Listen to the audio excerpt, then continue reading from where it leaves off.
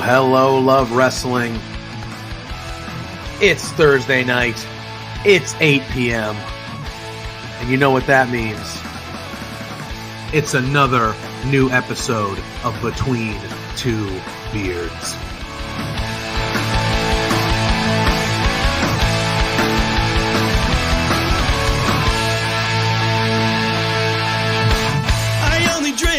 Can we start off with the biggest news of the week? The Rats lost!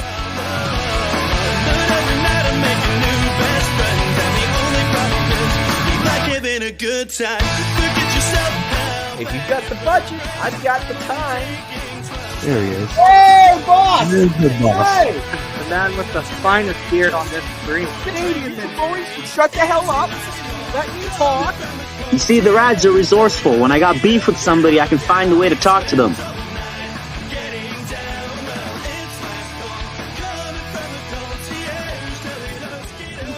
Listen between two beers.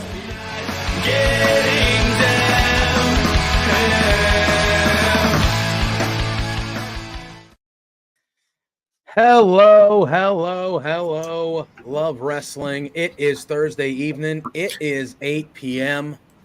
Y'all know what that means. Pluggo, what does it mean? It means it's my daughter's birthday. Happy 14th birthday to my lovely daughter. Yes, I'm What's here. Her name, Pluggo? What's happy birthday? Her name is Sophia.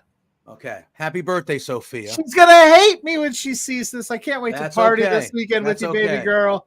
But That's she's okay. gonna be so embarrassed. But anyway, what you really mean is it's Thursday night. It's 8 p.m. It's Between Two Beards, baby, and we got another big one. What's up, JPJ? I'm chilling, man. I'm good. I'm excited. I'm excited about the guests we have here. We're going to talk some Elimination Chamber with the great Ucchino, but we're going to talk some Major League Baseball, I think. And I'm We pissed. might start with that. I know we got to wait to the 10-minute mark, bro, because I can't guarantee I'm not going to. But if you're in the chat, the Boston Red Sox. Here's what we'll do. Oh, I'm pissed, Pluggo. Hit the But, like button, hit the subscribe, share the live. If you want to donate to JPJ Swear Jar, you can always leave a super chat to guarantee that statement gets read on the air. But we can bring them on. We've got a guest. We had to switch the graphic up. Yep. Let's do it. Boom. Hi. Boom. I'm here. Ucchino. Hello. How are you? Hello. What's going on, guys? Hello. How we doing? We're Doing good. well. How about you? We're I'm doing just good. looking at your Funko Pops. Naomi and Becky Lynch. I got that Naomi over here. Oh, nice. Yeah, I got a little Oscar underneath. I Naomi. think I got that one too somewhere. Oh, I have a problem. Always showing the ladies some love. Yeah, I got the Always. problem. So how are you, friend? Doing good. It's been a bit of a long day, so I'm sitting here and I'm like, I know I said I'd be on at 9. I don't know if I'm gonna make it to 9, so I'm like, well, I still got some energy left. Let me hop in at 8. Why not? Let's Well, go. how much energy you got for us today, buddy? Well, it depends on how long it takes this Diet Coke to kick in. But yeah, no, I'll give you every ounce I got. All right, I'll be like Sting. I'm gonna give you everything I got left in the tank on this Thursday evening. That's fair. What a promo last night from him, huh? What a promo. Jeez. Excellent. Always better Emotional, when it's real. obviously. Yeah. But man, I feel like, obviously not from an in-ring perspective, even though he's doing good. I just feel like I feel like he's almost better than ever at certain aspects of professional wrestling as he's literally leaving in 3 weeks. You know what I mean? Or 2 weeks next week. Like in cheap plug, I was talking with Roddy Strong today. I'm going to air that interview on 700 WOW this weekend. Nice.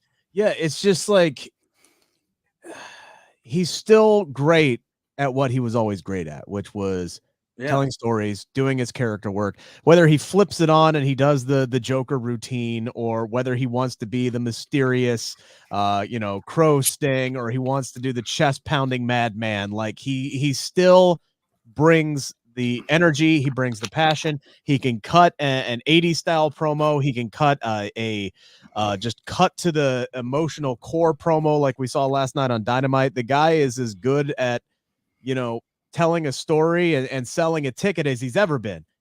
Is he still the Sting from 1995? No. In the ring? No, he's not. But he can still deliver the hits, and I'm looking forward to what we're going to get in Greensboro. And but he's still doing that crazy stuff too, which I love. But before I actually had a thought, but before I have that thought, shout out to Ryan Sullivan in the chat. You had a thought? I did. Scott's in the house. Tom Talks Rubbish is in the house. Joseph with it. Scott saying, get a nice shot of Jim Beam with that Diet Coke there, Rick. Lord Almighty. Do you guys want me to make it to 8:15? This Elimination Chamber is going to be... That would be how it would go for me. Exactly. So we saw Ric Flair last night. He rolled up and he talked to the Young Bucks. And I had this thought: Ric Flair is going to screw Sting in Sting's last match, and then the Young Bucks are going to super kick him because they don't need him anymore.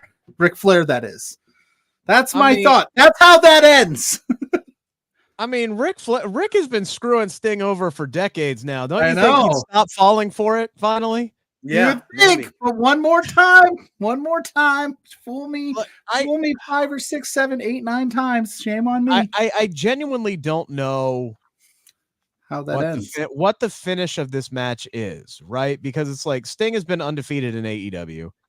Yep. Does he go out undefeated and then they have to relinquish the tag team title? So do they really just put him on Sting and Darby just to hold a tournament and put them on somebody else because Sting is retiring? Do they put the Young Bucks over? Like, if the way that this has been set up now, an emotional story because the Young Bucks involve Sting's family, right? Like, do they really have the Young Bucks win? Right? It's going to be so interesting because it's almost like Sting has had this storybook career and he's done so much to help bring up the next crop of stars in his time in AEW. Do they just let him ride off into the sunset, or was his moment in the sunset winning the AEW tag team titles? I don't know if I'm going to be fully happy regardless, because there's just something about me that's like, did you really need to take the tag titles off of Ricky and Bill? Did you really need to do it? Well, he could go out on his back, old school style, and take the loss, and then you have these new, that win though, because again, right, yeah, it's like it's weird. Yeah, no, and that's the thing. Like, I don't think the Bucks need to win at all. Like, I don't think it does a ton for them in the scheme of how people look at them. But the tag titles on this new iteration of the Young Bucks, I think, would be a good idea. Yeah, and that's the thing. It's like this new corporate, buzzkill a-hole version of the Young Bucks. Yeah. Is money. It's absolutely money, amazing. And the nuclear level heat that you're gonna get from the Young Bucks walking away in the main event with, leaving a bloodied, battered Sting in the middle of the ring, and whatever they're gonna do with Darby moving forward. I don't expect a clean break out of this, but is the night about Sting, or is the night about establishing the Young Bucks as the ultimate dicks in professional wrestling? Like, what is the night supposed to be about? Again, there's so many different avenues that they could go down and stories that they could tell with this. It's all going to depend on what their ultimate goal for the match and the night is. If it's to celebrate Sting, then he needs to win. If it's to establish the Young Bucks in this new character, then they need to win. But we'll see. Yeah. Is it possible this isn't Sting's last match? I think it's his last match. Yeah, I think it is. I think it's his last. I don't think he's 64, man. Let him. Tell that to his brother in arms, Ric Flair, who's angling for last match. Rick's last match should have been his last match. Yes. JPJ was at that thing. No, I'm not talking about that one. He said he had fell his last asleep match before that, but yes, I was in attendance for the one that happened. I mean, he had a man. No, I'm not even going to get into it. I'm sorry. I love you is still the end of it for me. Like, it's still the end of it for me. And the rest of it has been the reboot that, as far as I'm concerned, is not canon. Correct. Well, we'll just keep the ball rolling into interesting topics, because we're about the 10-minute mark. You said I didn't have to twist your arm too much. Before we talk Chamber, baseball season is underway. All the focus is on all the players that aren't signed and the bad jerseys and JPJ's awful Boston Red Sox. Cincinnati Reds. I'm a Cubs fan, so I've got interest in your team. Oh, I want you to go for a little bit. I didn't wear the Cubs hat today because I didn't want to, piss you off. I saw Pluggo's hat when we came on, and I go, "Oh, Paul Tucker Red Sox." I had to rep FC Cincinnati today. So there you go. Their season actually starts this weekend, and right now the Reds are just stretching. So and yeah. But how are they looking? Not great. Matt McClain's already dealing with an oblique injury. Like, Jesus, that's why he missed the last 2 months last year. I'm like, come on, man, you were stretching, and now you got oblique tightness. Golly. But that's why. I brought you guys on to yell. They signed Jamer Candelario in the offseason. And that's why they didn't trade Jonathan Indiaz, because injuries happen.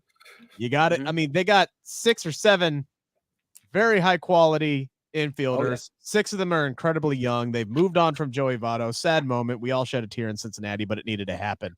This is a young, hungry team that added some really nice pieces to the bullpen. Hopefully Frankie Montas is the Frankie Montas from Oakland and not the Frankie Montas from New York. We've had some luck with that with Sonny Gray, the exact same situation where he went from the A's to the Yankees, and the Yankees were like, we don't want him. And then we're like, we'll take him. And then he becomes an all-star again. So hopefully we get that with Frankie Montas, but there's some questions surrounding them. It's all going to come down to pitching. Honestly, I think they got the hammers in the offense, the young guys. Christian Encarnacion Strand is a name to watch. I think that guy's got a 30 home run, 100 RBI potential this year for sure, playing first base. Jamer Candelario is going to get an uptick playing at GABP. He's a doubles machine, might turn into a home run machine now, hitting in the friendly confines of Great American Ballpark. But it's going to come down to the pitching. They still, outside of Frankie Montas, they don't have anybody on the team who's pitched a full season healthy and been successful. So it's a lot of talent, there's a lot of potential. I'm hoping for good things. It should be fun regardless. The talent is there. They're not short on talent. It's if they can put it together and gel and avoid let me count 1, 2, 3, 4, 5, 6 sophomore slumps. Can we avoid 6 sophomore slumps this year? So we'll see. Maybe. And I gotta shout out Mrs. Pluggo, who's doing the Lord's work, because we have such a big guest here tonight that she's got the tag team duo of the Obros out shopping and not falling through the ceiling. So, honey, you are a saint. And my throwbacks in the house. Let's wait. Throwback. We see your super chat. We're going to be talking wrestling in a little bit, so we'll show it when we start talking wrestling. Right now, we're talking a little. Oh, we got to put that on. We got to. We are going to put that on. He says it now. We'll come back to it. He says, but with big business coming up fast, and he'll be there, as will I. Very much looking forward to that. Do you see them having Mercedes back at the April 3rd show in Worcester? Who will be her first feud, by the way, JPJ? Do you see a QB at number 3 or a tackle? Love you guys. Thank you so much, Throwback. Big super throwback. Real quick, the Patriots, I don't want them to take – I'm pissed about them too. I don't want them to take a quarterback at 3. I would like them to take Marvin Harrison Jr. at 3. What good's a wide receiver if you don't have a quarterback to get him the ball? I agree, but I think there are other avenues where they can get a quarterback. And I'm not in love with any of the quarterback prospects. Like, would you take Justin Fields? That's what I would prefer. That's what I'm saying. I would prefer the Patriots to do that, trade a 3rd round pick or whatever for Justin Fields, and then take Marvin Harrison Jr., get a little Ohio State connection here, whatever. I would prefer that than, and this is nothing against Jaden Daniels, but like Jaden Daniels is going to come here and then he's going to have no weapons to throw. Like, our offense was the worst offense in like a decade last year. Like, bad. It's, I don't know. But anyway, the payoff. I really feel for you, Boston sports fans. Yeah, exactly. Yeah, the worst. You guys have been in the lull for so long. What, 2-3 years since you guys have won anything significant? Like, God, you really are suffering. Seriously, JPJ, name the last year that you didn't have one of your teams in contention. Of the major 4 sports, there's always somebody. This year's Celtics are like the 1 seed. They look like the clear-cut favorite in the East. You're fine. We'd be going back to the 90s. I think we'd be going back to the 90s. You're fine. For sure. Yeah. Would you like to know the last time one of my teams won a major championship? Yeah. freaking 90. I was 2 years old. Shut your mouth. Yeah. See, that's why Pluggo loves, like, he's always like, I need to get you angry about I love it. Because My I favorite get more thing. angry about my sports teams than I do like wrestling. I get annoyed, you know, but I'm just here to start fires, man. yeah, That's what but I'm- then I feel, Man, but then like, I know try so much. I used to be that, back in my younger days, my early 30s, man. I used to be that angry hothead, but I try not to get pissed off about things that like I got so mad with the when it looked like Cody was taking himself out of the main event at WrestleMania. Oh I'm like, my am I God. really I'm still mad about it. Am I getting pissed? Am I really getting like fiery pissed off about a TV show? Like, I'm doing it again. They got me again. They got me. Yeah. They got me. I would rather do that be anymore. mad about it though than not have any feeling at all. But I still am mad. I'm still mad about it. I sent out my toilet tweets like The Rock called them. I put out hashtag We Want Cody. I'm a proud Cody crybaby. I'm not afraid. Yeah, of that. I'm a very But I still didn't like what The Rock said on Friday night. I hated that promo. It didn't make sense. And they're never going to bring this up. That they're never going to explain why Cody just haphazardly gave his spot up. They're just going to try to erase that from our existence, our memory. And here's the WWE neuralizer. All right. You never saw it. It Yeah. didn't happen. It Men in did not Black. exist. We changed our exactly. minds, and we're not even going to try to retcon it. which whatever, but I can't help it. And then I had everybody being like, it's storytelling. Just because it's storytelling doesn't mean it's good storytelling. Yeah, all they had to do, and I don't know why they didn't do this, but all they had to do was have Cody come out there and say that the Rock manipulated him, right? Like the Rock talked him into doing something that he ultimately realized the moment that the Rock said there's only one royal family, one true royal family in pro wrestling. That was the moment he realized that he was being played. Like that's all you had to do. Is it the best explanation? No, but it's a explanation. But yeah, I think what happens when you do bad creative and then you get called out on it. Well, if Cody would have lost the Rumble, if they would have given it to Punk, yeah, they would have had to pivot because Punk got hurt anyway. But if Cody would have just lost the Rumble and then The Rock showed up, no one would have cared. We would have gotten the grand masterpiece main event, biggest main event of all time that The Rock always wanted. We'd still be cheering Rocky and he'd be playing the hits and we'd be smelling what The Rock is cooking. But you cannot have Cody Rhodes win the Royal Rumble and after a year of trying to get back to Roman Reigns and then say, nah, I'm good. You can't do that. Yeah, it's just not that. That's what I said. You guys know, WWE fans, we don't like being told who to cheer for or what the main event is, this, that, and the other thing. That we don't like being told. And Cody was the first guy that we're all like, oh, you're making him the guy. We're in. That's the weird thing about this. Yeah.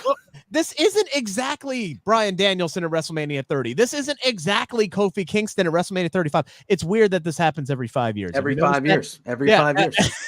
This isn't exactly Becky Lynch. Like, Cody was the guy at the Royal Rumble. Yeah. And we're like, all right, we're in with this. And he defended it. And that was my biggest thing, right? Is he wins the Royal Rumble. He goes into that press conference. He tells everybody to shove their memes and tweets up their candy asses, essentially, and says, I am the guy. And then on Friday, WWE sends him out there to go, okay, I'm not the guy.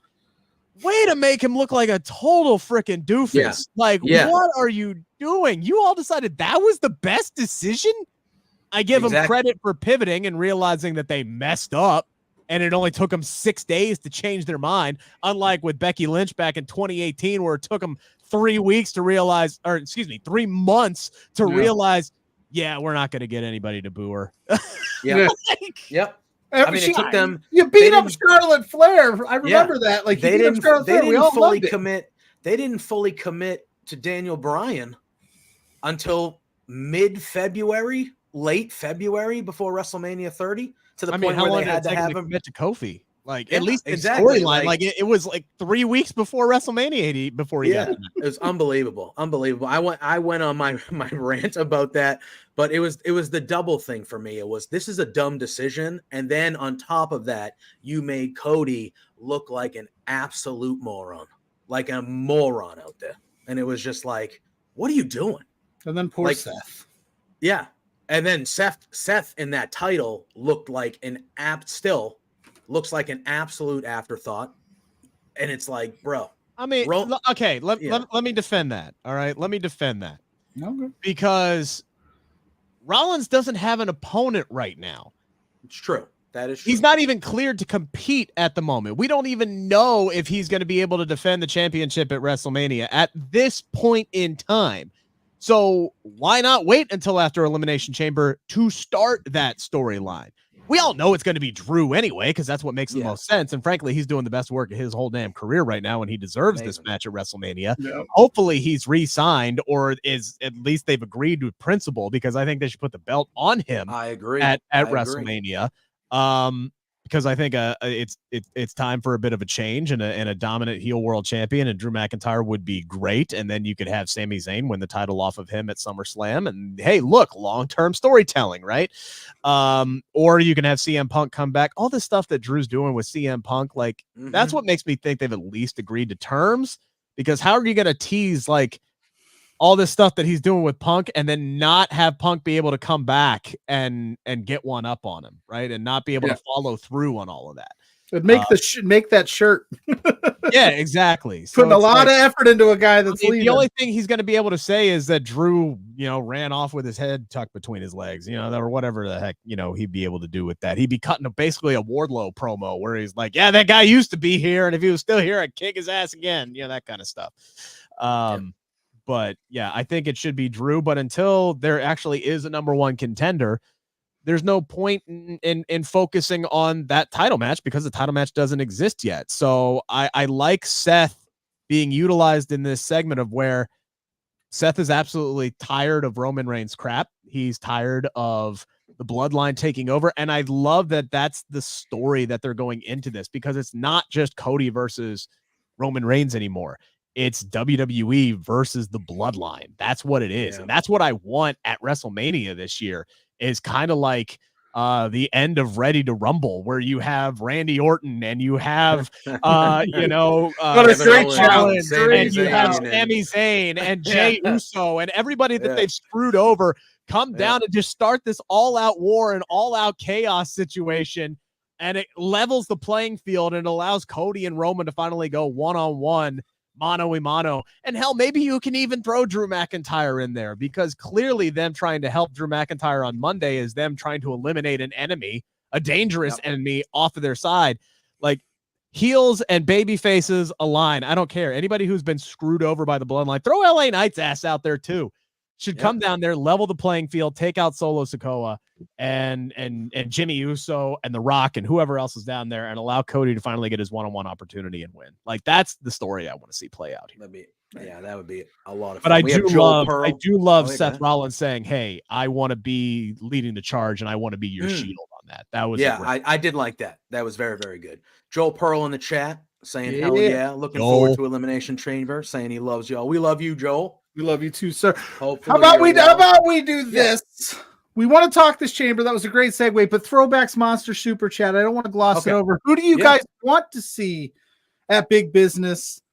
And who do you want to, if it is Mercedes, which we all believe it is, who would you want her first feud to be? My first thought is Wendy Richter, but hey. I mean, it's a good, my thing is, Deonna Purrazzo, they brought her in and they shot her immediately up to the AEW Women's World Championship. I would think they would do a similar thing with Sasha. Oh my God. Boo. Mercedes, my bad. I'm going to do that for the rest of the did I spell it wrong? Oh, did you? Elimination Chamber. Oh, he was making fun of us. Elimination Chamber. I still love you, Joel, but hey, you spelled my last name right, so that's all I care. There we go. That's all that matters. That was our focus. Focus. This is why. Oh, well. That'll get you the extra 3 views of people who Google search my name. I'll fix it, I guess. I didn't realize that it was it's Elimination Chamber tonight. That's what we're doing. It's Elimination. Yeah. That makes me think that it's been spelled wrong all week. When I posted the chat, it's been spelled. It probably has been, but sure has. It's okay. To answer the question, that's what I do. Answer the question, Britt, I think Britt right off the bat. I would like that. You get Mercedes coming down here in Boston, in her hometown. I would almost like to see the return of heel Dr. Britt Baker here, because Mercedes is going to be heralded like a hero in her hometown. You can have her be the cocky baby face, have her cut the promo that she's here to elevate the women's division, and she's here to make, Tony Khan money and herself money and this, that, and the other thing. And then you get kind of like the Adam Cole, Bryan Danielson type situation where you get the surprise return of Britt Baker, and she's basically like, excuse me, this has been and always will be my division. Let's go and build off of that. Another name I'll throw out there is Saraya, because there's so much history there that you could dive into. Saraya is not really in a marquee position right now, so I don't know if that makes sense off the bat, but that is something I'd like to see them get to. Yeah. I think Britt is perfect for it. They did the same thing when Saraya debuted. They had Britt lined up in that role. I think a similar thing would make a lot of sense. And Britt hasn't been around for a bit. Yeah, so is she healthy? That's the question. Is she exactly? Healthy? So if she's healthy and ready to go, I think that's perfect for both of them, because it's Britt coming back from a while away to a major match with this, in my opinion. I mean, obviously CM Punk probably is, but I think Mercedes might be the biggest signing they've ever had, ever. It's a very big signing. Do you guys think that they, as hot as Tony Storm is right now, do you think they would immediately hot shot Mercedes into that conversation? If not, then you got to have something big planned for her, right? I think because of the way AEW has been booking their things, like they don't have another huge women's feud outside of the title. Maybe you do. Yeah, I mean, I think the Britt thing is a good idea. You could do that, but then immediately after that match, I would think she would be like, okay, like I'm going. I think Britt would be enough time to where you could have them play that out, and then it would allow Deonna and Tony to have a longer feud than a one-off at Revolution. Right? Yeah. Allow them to continue to play off this, because there's still plenty of meat there for those two to chew on for a while. Mm-hmm. I like Definitely. it. Yeah. But I think, she's going to come in and it's going to be an immediate, huge impact. It has to be. And I would assume, I mean, obviously I don't know, but I would assume she would be involved in the April 3rd show in Worcester. She got her start in the Independence in the Massachusetts area. She's billed from Boston. I would think they would have her at both Massachusetts shows if they can. But yeah. All right. Great question by Throwback. Awesome super chat. Thank you so much. You can also send in your super chats. Hope you're doing well. To pay for the fact that I can't spell. Because I set the link. I checked everything else real quick. Okay. I spelled it right everywhere else but there. The most important one. No, it's okay.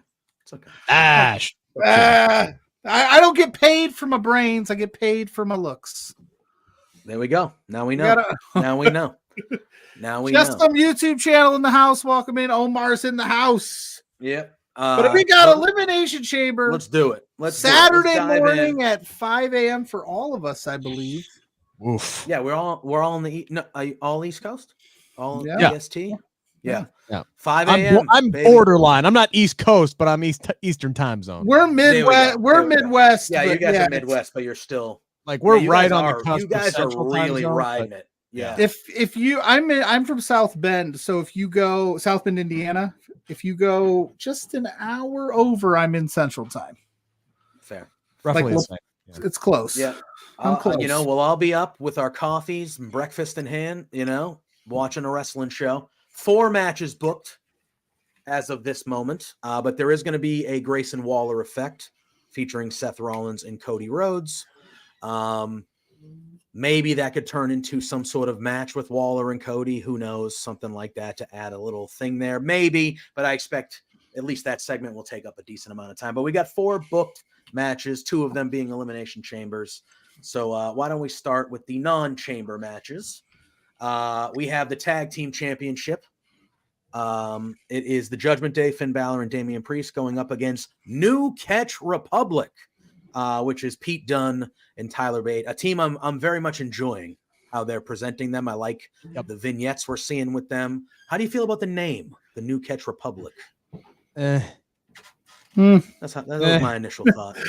Didn't hate it, but I was just like, it's like, all right, whatever. New Catch You know, fine.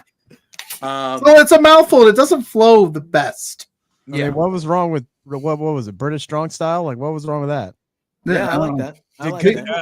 Listen, could they just not get the the copyright to it? Like, do they not think they can make money off of that? Like, listen, we finally got rid of Butch.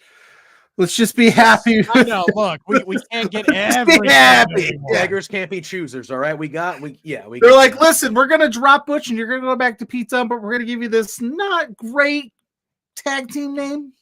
Yeah. And he's like, but as a tag team, they are pretty great, and I expect this match to be very, very good. But with the Judgment Day are not losing these tag titles here. No, right? Are we all on the same page? They're just they're going to keep those here. They but are. I expect the match. They are keeping those bad boys just long enough for R-Truth to pin Damian Priest at WrestleMania and win the tag team titles for him and The Miz. Like, come on, that's where we're going. Yeah, like, and I give credit to Triple H in this sense that he is legitimately putting in the work long term here to build up both the men's and women's tag teams. And you're not seeing the results overnight, but you are slowly starting to see more and more fans come around on these really talented teams. DIY is starting to get over. They are getting more DIY chants. There were people who were cheering for them to beat Judgment Day to win the tag team titles and were genuinely disappointed when they did not. This New Catch Republic team is slowly starting to get over. And I think the more that the women can get featured, they will get there as well, because the talent is there. They just need, it's almost like they need more promo time. They need more story time for people to kind of really get involved with them. So I'm hoping with the Kabuki Warriors having the tag team titles, they can really kind of mix and mesh that together, depending on whatever team they're going to defend against at WrestleMania. I would assume, and we can get into this later with her, I'm assuming Bianca and somebody against the Kabuki Warriors is going to be the match that we're going to get. But you're seeing the work being put in to build in both of these tag team divisions, and it's slowly starting. I mean, they got like 16 teams deep on the men's side right now. Yeah. It's ridiculous. Yeah. They got like 8 over on SmackDown at the moment. Like, it's almost to the point where I'm like, all right, maybe we could split these titles up and get after it. And by the way, guys, this is without the Usos being a tag team. Like, that's the weird part about this. It's like, it feels like the tag team division's on the verge of this rebirth and like this renaissance in tag team wrestling in WWE. And yet New Day almost feels like a bit of an afterthought, and the Usos aren't even a team right now. And those have been the 2 teams that have carried the division. That's all they've had. Carried it for a decade. Yeah. And the good thing, like, we've seen Triple H do this before. He made tag team wrestling matter in NXT. Those takeovers, those tag matches, some of those were looked forward to by the crowd more than singles. Like, he's done it before, and now you're seeing him doing it on the main roster. And I think for someone like me who, I've been watching, all of us have been watching wrestling for a really long time. I was, wrestling was becoming, it felt like a chore with just some of the lazy booking for years and years and years and years. And then you had NXT and it was, oh my God, this is what wrestling should be. And now you're starting to see it. Oh, Pluggo just lost the lights. Pluggo just lost the light. Are you good? Someone playing. You got House of Black there? Yeah, you got a ghost in there? Are you about to get black masted to death? What's going on? Yeah. Here comes just the mist coming out of the nowhere, But now you're starting to see it on the main roster with all the bells and whistles of the main roster, and it's wonderful. It's been very enjoyable to see. That said, it is kind of a weird choice with all those tag teams to go with, Miz and R-Truth. But R-Truth is so freaking over right now. Yeah, I was gonna say, he's like got to be on the short list of Wrestler of the Year. Easy. But I'm not even saying that jokingly. Like, he is killing it. Yeah. He's getting all this Triple stuff H. over. A lot of the DIY stuff too. He's helping getting them. The Yeah. DIY. Oh, the DX thing's gonna have legs. It's gonna have 100%. legs. Yeah. Like- Let's be honest. After the press conference after Survivor Series, Triple H mentioned the R-Truth return first. All right. So listen, he knew. He knew he had big things planned. He knew. I mean, look. Uh, Can we give props to Damian Priest, by the way? Like, Oh, yeah. Damian Priest is a guy who was pushing for Truth's involvement to continue in this because he had the good sense to realize what was money and that this was going to catch fire. And it wasn't just a one-off of this man putting powdered sugar all over the clubhouse couch of the Judgment Day, right? Like, this was, I mean, they took a jelly roll pun joke and they've now turned it into, look, R-Truth is going to win tag team gold at WrestleMania. Like, unbelievable. It's unbelievable. Honestly, like, if Seth Rollins was going to miss WrestleMania, one of the things that I wrote about for CageSideSeats.com was like, hey, would it be the worst thing in the world to have Damian cash in and then have R-Truth beat him at WrestleMania? Like No. would it have been the worst thing? Would it have been the worst thing? Could you imagine that crowd in Philadelphia going nuts? Him Even doing if the R-Truth I'm lost, sorry, even I if love R-Truth you spot. lost. Oh, do But, that like, again yeah. at Mania. That Now- crowd's going to go nuts for R-Truth, regardless of whatever match. Oh, that he's 100%. And before we move on, I'm all about pure chaos in wrestling, so I'm here for R-Truth finishing his story at WrestleMania yeah. and doing stuff. the guy's a first ballot Hall of Famer. Like, there's no No doubt. question. Yeah, he's for one sure. of the he's one of the all-time great character performers in WWE history. No, easily. 100%. 100%. When do you think Damian, do you have a guess, Rick, of No when clue. you No what clue. the heck, man? He When's it might happen? ride that all the way out until like, honestly, he might ride that all the way out until Money in the We're Bank. like, Which is till July, first weekend of July. So he's got a few months here. man. He's on the last. It's like June 30th, and he's scrambling around trying to find out whoever's got the title to cash in. He's like, if I don't use it, I lose it. Would it be the worst thing if that contract said R-Truth on it, and R-Truth just accidentally cashed it in? There you go. What if Damian Priest made history by being the first guy who failed to actually cash in on time? Ooh, see now Wouldn't that make him look so stupid though? It would. It would, Yes. but here's I would be with you on that as like that's different.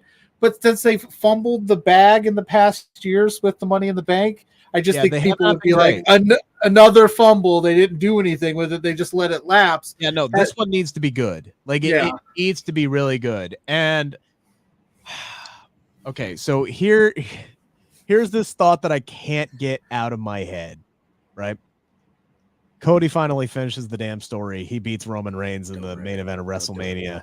And then Damian cashes in on him like 3 minutes later. Like, that would be the ultimate heat moment. That would make Damian Priest. Like, it would be a moment that people would hate, and he would get the nuclear hellfire just raining down on him for ruining Cody's moment.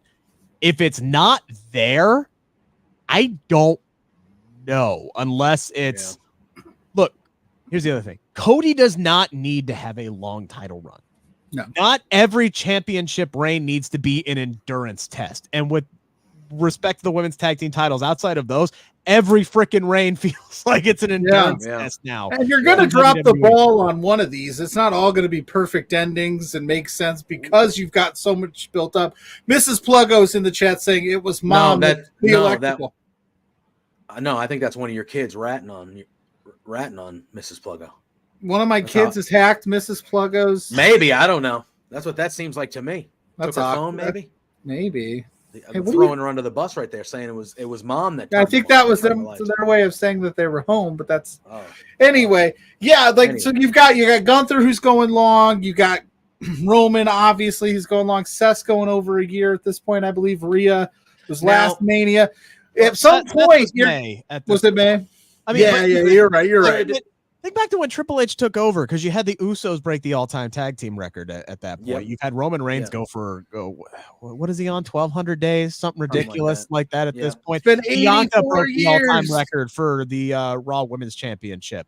It's just Gunther's at 600 plus days, which is absolutely ridiculous. Seth has gone May to now. Rhea's going to go wire to wire.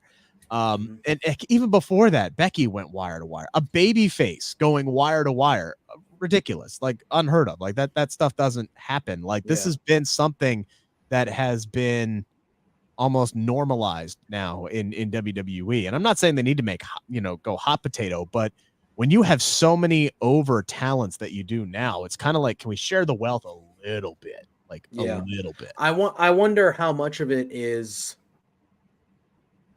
they kind of want to update the records a little bit. I think that has a lot to have more modern.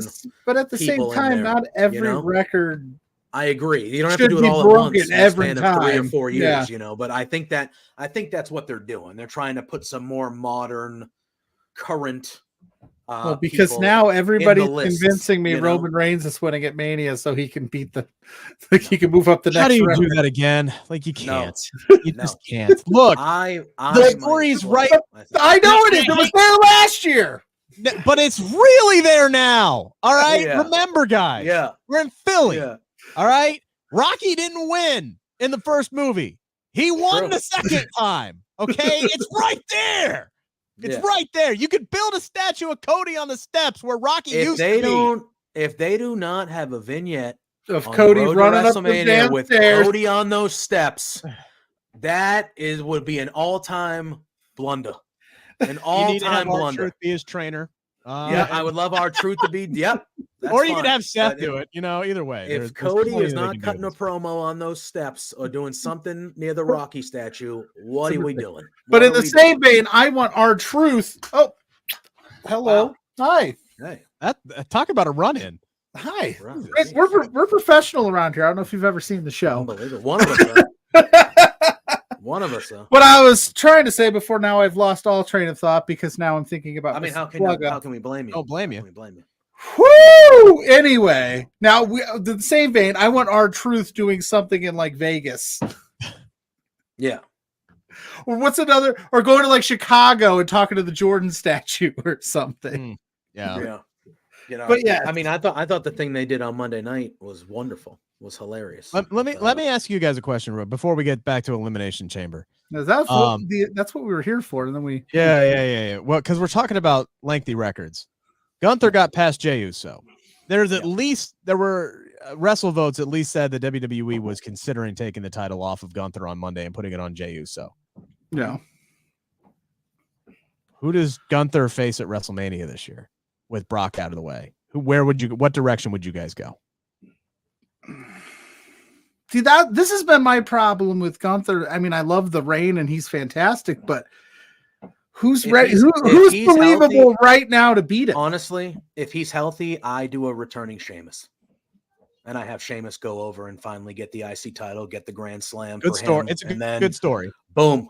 That's what I would do. I feel like that's an easy way. Or you can. How could Sheamus do that when he's in AEW? Well, you never know. But you could do Braun Breaker. They had a moment. Well, that was my pick wanted too. A young one. Yeah, that was my pick too. But he signed with SmackDown. So could you do something where at Stand and Deliver, maybe you get Ilya off the NXT title and he shows? Nobody on the main roster is going to get the main roster audience is going to give a damn about Ilya Dragunov. That's what I'm thinking. Like it wouldn't be an open challenge at Mania. That'd be silly. Gunther versus Sammy. Potentially, yes. I don't know where Sammy's. There's a lot of guys that I have no idea what they're doing at WrestleMania. Yeah, a lot. Pretty much anybody involved in this Elimination Chamber match that is not LA Knight or Drew McIntyre. I have no clue what the hell they're doing at Randy Orton. I have no clue what Randy Orton's doing at WrestleMania. Yeah. But returning Sheamus makes sense. Braun Breaker made a ton of sense because if you remember, guys, survey says who is the last person to beat Gunther in WWE? It was Braun Breaker. So that would have made a lot of sense. There was a story to tell there. Another guy I'll throw out there is Andrade. What are you doing with him? But to me, I'm a sucker for a good story. And the story to me is Chad Gable. I think you go with Gable. He beat Ivar on Monday. That was the start of his momentum, his redemption tour, his way to get back to Gunther.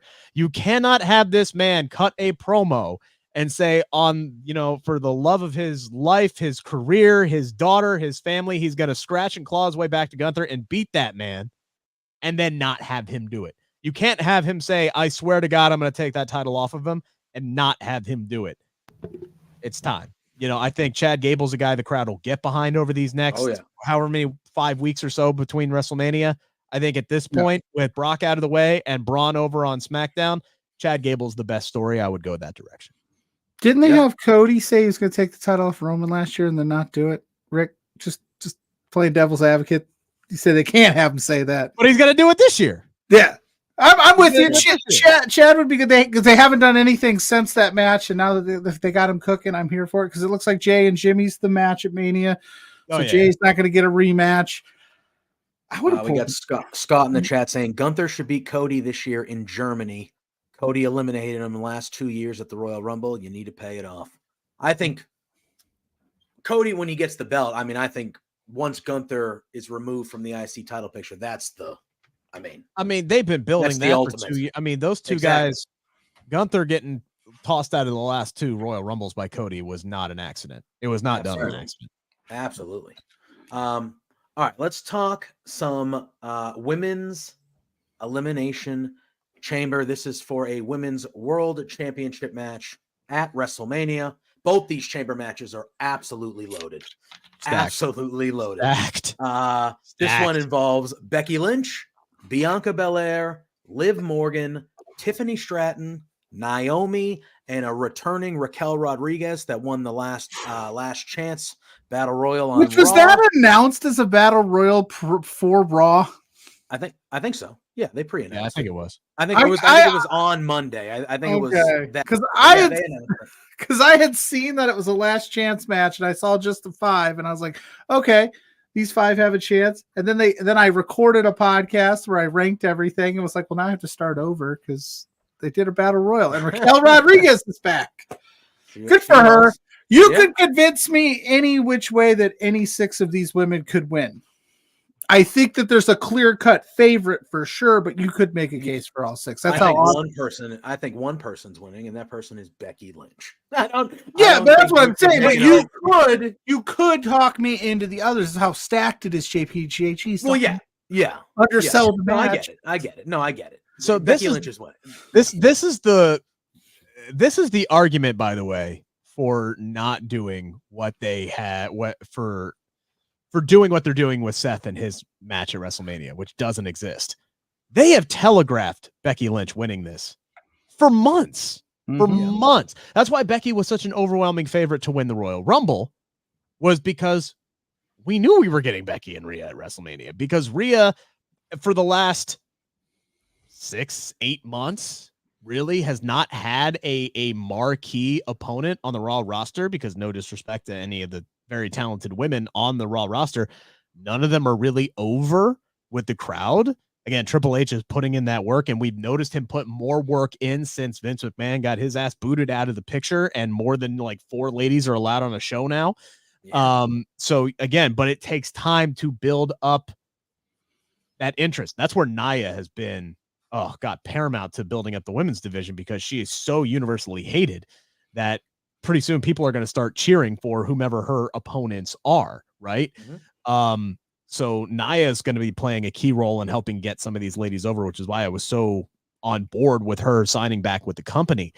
But they never once were like, hey, we should do Rhea and Becky at SummerSlam, or we should do Rhea and Becky at Survivor Series. They were waiting to do this, pull the trigger on the one big marquee opponent that Rhea Ripley had on Raw until WrestleMania. And then the second they do this whole press conference in Vegas with Becky interrupting Rhea, it's like, how do you have Becky, again, I know it's WWE PLUGGO and they can do whatever the hell they want, but how the hell do you have Becky come out here and say it's time for mommy to be a bottom?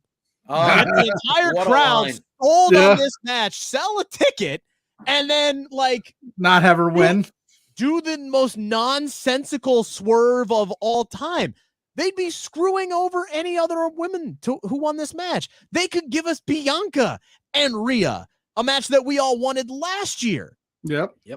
And I guarantee you there will be people who would be pissed that we were getting. It would put Bianca in a really tough situation. Has she faced enough adversity? That's my only question. I got to make sure the adversity level that Becky Lynch has faced is enough to get her right into Mania. I mean, she got bloodied by Nia. She lost the Royal Rumble. I mean, maybe. I don't know. Yeah.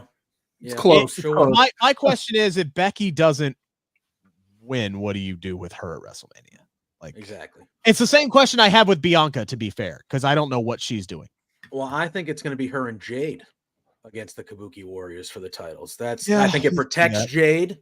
It gets Jade out there. Bianca will, if they feel like Jade is still not ready to be the solo superstar she's going to be, it protects her. It puts her in a big-time tag team. She'll have a big-time match. I would expect them to win the titles if they go that route. Or maybe, at some point. But I think it puts Jade on TV with in a big-time part of the show. But it also protects her because she can share the work with Bianca, or Bianca can be the heavy lifter if needed. I think that's because you said it earlier. You said Bianca and somebody. I think that somebody is Jade Cargill. That's what I think. And then it's a natural build to when they feel like Jade is ready or whatever. She turns on Bianca, WrestleMania, like that, or however you want to do it. I think it's too early. I think it's too early to do Bianca versus Jade. I agree. I do feel for Bianca in this situation because I feel like her and Charlotte were destined to be the first one-on-one non-title women's match at WrestleMania. Like I feel like that was going to happen, and then Charlotte gets hurt because that's a match that sells itself, which makes me wonder, Pluggo, could they do that, but just insert Tiffany Stratton? Could you imagine, like?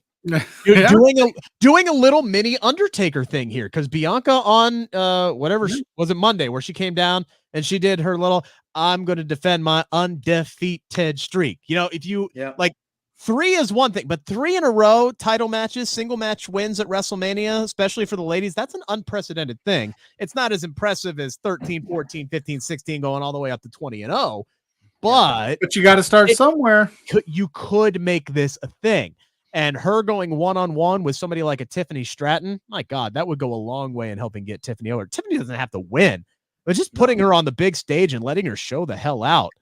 Like, this is the year. And what better dance partner than a Bianca Belair who's been there, done it, is great in the ring. I think that's money. I think why not do it? You got 2 nights for a reason. Let's put 3 women's matches on. Like losing to Becky twice helped put her on the map in NXT with all the eyes that came in and showed, watch that for Becky being on NXT and got a taste of Tiffany Stratton, putting her out there in front of millions of people who are going to be watching WrestleMania and having her and Bianca tear the house down. That's only going to help her in the long run too. Win, lose, or draw. 100%. And then you could keep this streak going with Bianca and actually make it a thing. Like make it a thing where, all of a sudden now she's like 7, 8, 9. Bianca Taker. I would love that. Scott, right as you were saying, Rick, he agreed. He said, I want to see if they'll really do something with Tiffany Stratton and put her up against Bianca. So he had kind of your thought process there. I think she's going to look pretty good. Yeah. I think this match, Tiffany Stratton they're going to make her look like, she's in there for a reason. She's in there with Bianca, Becky, Naomi, Liv, all future former champions, Raquel, who they have high hopes. She's going to look like they're going to make her look like she belongs at the top of the card in this match. She's finishing second in this match. I think that's the big talking point to me. That's what I think. That's the big talk because Becky is winning. Like again, I will be stunned and goes and loses. At the end. I will be stunned and pissed. Like I don't think if Becky loses, it might be the most pissed off I would be watching an international pay-per-view since Goldberg beating Bray. Like, I think, like, in all seriousness. Why do you got to bring that back up? Like, because I'm just telling you, that's how pissed all about it. How pissed this television show would make me. Especially at 6:30 in the morning on a Saturday. I would be like catatonically stunned like I was when Glenn got his brains bashed in The Walking Dead. Oh, right? Like I stopped watching the show shortly after that. Exactly. That's my point. Never seen it. You can't give me this WrestleMania main event, teaser and then, just like the guy who bought the PS4 when it first came out and then just shattered it in front of the line at Best Buy. You can't give me that and then just throw it down the fucking drain. Pardon my French. You can say that's all right. You can swear. So, you can say whatever you want on this show. But I like the idea of making Tiffany look incredibly strong in this match. Having her finish second, having her eliminate Bianca Belair to set up that matchup. Even if it's somebody else doing the work and then Tiffany or Tiffany cheapening it and maybe she rolls her up and uses her hair as leverage or some bull crap like that. Get a cheap win on Bianca and kind of screw her out of her moment to help set that feud up. There's a lot they could do with the ladies this year because going beyond Bianca and Tiffany, you got Liv Morgan who's back, who's on this like revenge tour. Like she would be a great option to face Rhea because the story is there. Yep. But I gotta stop both of you. You're just assuming Nia Jax isn't winning here in Australia. Well, we're going to talk about that. That's probably going to be the main event, but we're going to talk about that next before we talk. We're going to break up the chambers. You guys are sitting here just my girl Nia Jax giving her no love. Well, I just gave Nia love. You want to talk about nuclear heat? Racing Nia Jax's hand. When we were going to talk about the match with Nia Jax, I was going to lean in. Rick did give her some love. I personally think that she has been excellent since she has come back.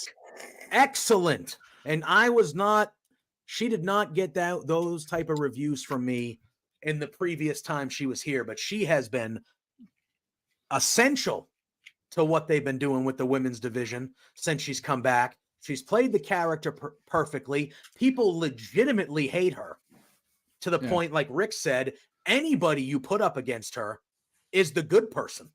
They're the good person. And even though Rhea is a heel, they know where they're going. And they're like, guess what? She's going to get cheered. Why not put her up against the person that we know is definitely getting booed by everybody? Yeah. She's played the character perfectly. She has been excellent. I know. Liv and Nia would be a great WrestleMania moment. Liv and Nia. Stop it, Pluggo. Look, you could do Jade and Nia. Oh, yeah. I'd be okay with that. But we were talking about Liv and her revenge tour and her spot. No, I'm just messing. Like, I haven't even mentioned Naomi yet. Yeah, I genuinely don't know what Liv and Naomi are doing at WrestleMania because I don't think they're winning this matchup. I don't know what they're probably doing the whatever they called on Andre for the women. Are they doing that? They haven't done that in years. They might do it. Bring it back. They got to do something. But here's the other thing. And let me ask you this then. You bring that up, and I have this question. I bring this up almost every year around WrestleMania time. Like, not everybody needs to be on WrestleMania. Am I right? I know there's a lot of great talent, but we're creating spots for people just to create spots. It kind of takes away from being on WrestleMania, right? There has to be a point, and that's kind of my point is why bring back Liv and Naomi and call up Tiffany and introduce Jade if there's not a plan for them at WrestleMania. That's my point there. Why bring Andrade back if there's not a plan for him at WrestleMania? I totally get not everybody can get on the card, but when it's 2 nights, 10-hour show combined with pre-shows, there's almost and this is why throughout WrestleMania season, I do a WrestleMania bubble watch over on CageSideSeats.com where I kind of try to break down and place where people should go or where I think they're going to go. I think this is a perfect year to really invest in the tag team showcases that we saw last year. I know a lot of people shunned those because they were just so haphazardly thrown together. But if you actually make them mean something, those were 2 of the most entertaining matches on the entire card last year. They were great. They were great. And women's.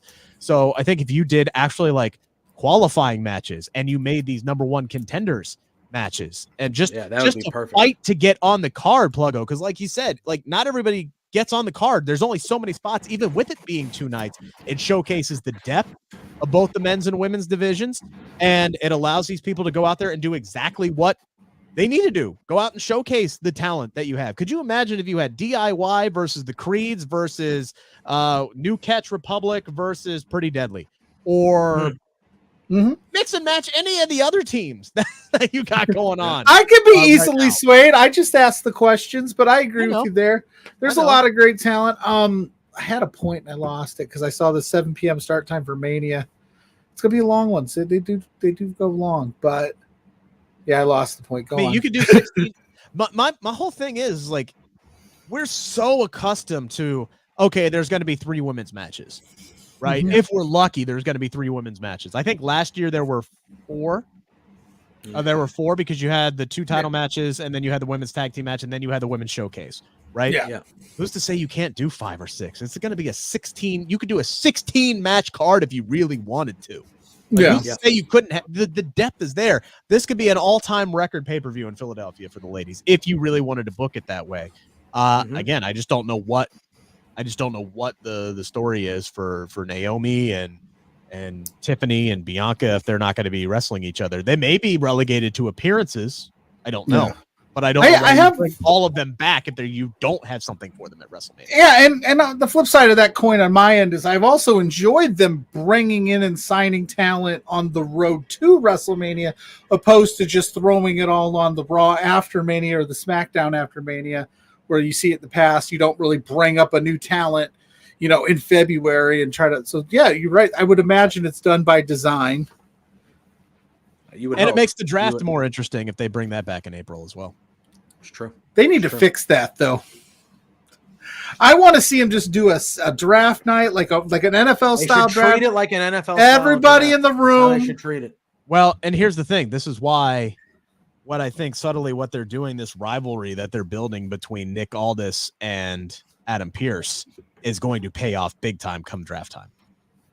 Because it always confuses me when they're like, well, this pool is only available this night, and then it's like, I just want to see him sit down, do a draft special on Peacock and iron it out. Let's go. And then they did that stupid thing last year where they had, Raw inexplicably pass up Cody Rhodes. Like, what? Why? Yeah, right. Exactly. Like what? And then SmackDown passed up Cody Rhodes. Like, who? What? Why? Yeah. What the hell is going on? Exactly. And then they had like random picks announced on Twitter throughout like the next few days. And it's like, wait, what? But I didn't. So fix the draft. But I'm always a big draft guy. So I'm all for that. Yeah. All right. This will probably be the main event of the evening, I would expect. But Rhea Ripley is defending the Women's World Championship against Nia Jax, who we've talked about a few times already. I think it would be insane if Rhea Ripley didn't win this match. I expect the night to go off the air with Rhea Ripley winning, and then Becky Lynch comes out and they have like a face-to-face with Rhea holding up the belt, the crowd going crazy. And that's how I expect the show to end. And then awkwardly singing some Aussie fight song while they said it was supposed to be off the air, but it wasn't like they did with Drew. That's how I would expect this show to go off the air. Would it be crazy? Would it be crazy for Nia to win? Yes. Yeah. Absolutely, like without a doubt. Because of where they are, yes, that matters. Okay, I agree. I gotta ask. I'm asking the hard questions. You were someone, Pluggo. You were someone when Sammy was going for the belt against Roman in Montreal. When he lost that match, that was more than just fans being angry. This is different. That was the same thing. But it would be more out of nowhere because everyone you should have known. Roman you can't compare. You can't compare Nia and Rhea to Sammy and Roman. Sammy was hotter than ever. He was like the guy, and it was tailor-made. And they didn't do it because they had Cody at WrestleMania. We had possibly The Rock. There was all this stuff where we were glossing over the Sammy stuff. I'm just saying, would it be? It's not the same. It would suck. I mean, Rhea is going to be as over in Australia, I believe, as Sammy was. Yeah, but the Rhea Nia story isn't as heart-wrenching, and that's fair. That's fair. But so yeah, it would be out of nowhere. I mean, do you believe? Are you picking Nia? Do you think? No. Or we're all in agreement that Becky is. That Rhea is handling this. Thank you. Here's what tells you everything you need to know. Over on Bet Online, they put out odds for the pay-per-views, right? Becky Lynch is an overwhelming favorite to win Elimination Chamber. She is the favorite at minus 2,000. Okay. Yeah. Rhea Ripley is the favorite over Nia Jax at minus $1,000, which means to win $1.25, gentlemen, you need to bet $100 on Rhea Ripley. Yeah. If you made that same $100 bet and Nia Jax shocks the world, you win $1,200. Okay, that's the difference. It's sorry, Rick. Mom and Dad were fighting, but yeah, that makes sense. It's $1.25 to $1,200. That's the difference on the same $100 bet. So if you need a Diet Coke at work tomorrow, and on Monday, and you want that extra $1.25, go ahead and put a hundo down on Rhea Ripley, and you'll get it. Rhea Ripley is winning, but I do love what they have done with Nia Jax. Yes, giving her that win over Becky was astronomical. Yeah, it was a great call. It was not a win that a lot of us were expecting, because Nia has always been that unstoppable monster that always finds a way to lose kind of a situation. Like, she hasn't really been booked dominantly since she freaking ragdolled Alexa Bliss all those years ago. Yeah. So it was great to see her get that win. As big of a Becky Lynch homer as I am, and as internally pissed off I was every time that she loses, I was very happy for Nia that she got that. That was all set up to make her look incredibly dominant, so Rhea Ripley could beat her. That's what it was done for. Like, Nia Jax ultimately was brought back to help put others over, and she's going to help put Rhea over. And to make that look even better, they put her over Becky to set all of this up. So yeah, it's going to be a good match. Nia has gotten herself in tremendous shape. She is doing the best work of her entire career in the ring and on the microphone, frankly. I think her best match she ever had, honestly, was against Becky a few weeks back. I think this one will surpass it, and Rhea's going to look like a total boss, because she is. Yeah, I agree. And once again, Mommy's going to come out on top. Yeah, until WrestleMania, when she's until WrestleMania, then we'll see. Becky's going to try to make her. That line was. We were watching that live on air. We started an hour early that night to kind of do a watch along thing. And when she said that, Becky. we were all like, the chat. All of us were like, "Oh my god!" You can't say that. The full line was, your shirt says "Mommy" on top or whatever, but at WrestleMania, I'm going to show you what it's like to be a bottom, because that's what happens when the man comes around. And I was like, whoa. And then Spencer was in the chat like, Rebecca. I loved her bringing it back around. Yeah. I loved her bringing her back around when she did her toast, and she's like, bottoms up. Yeah, exactly. Unbelievable. All right. Then we have the men's Elimination Chamber match. It will be for a shot at Seth Rollins' World Heavyweight Championship at WrestleMania. This one also very stacked. We have Drew McIntyre, Randy Orton, Bobby Lashley, LA Knight, Kevin Owens, and Logan Paul, the United States champion. Logan. Future Paul, double champ, if you ask him. You never know. We got Colt popping in the chat. Evening, Colt. Hope you're doing well. What's up, buddy? Again, another loaded one, but it feels like another match where, at least on paper, it seems like this is Drew McIntyre's match to lose.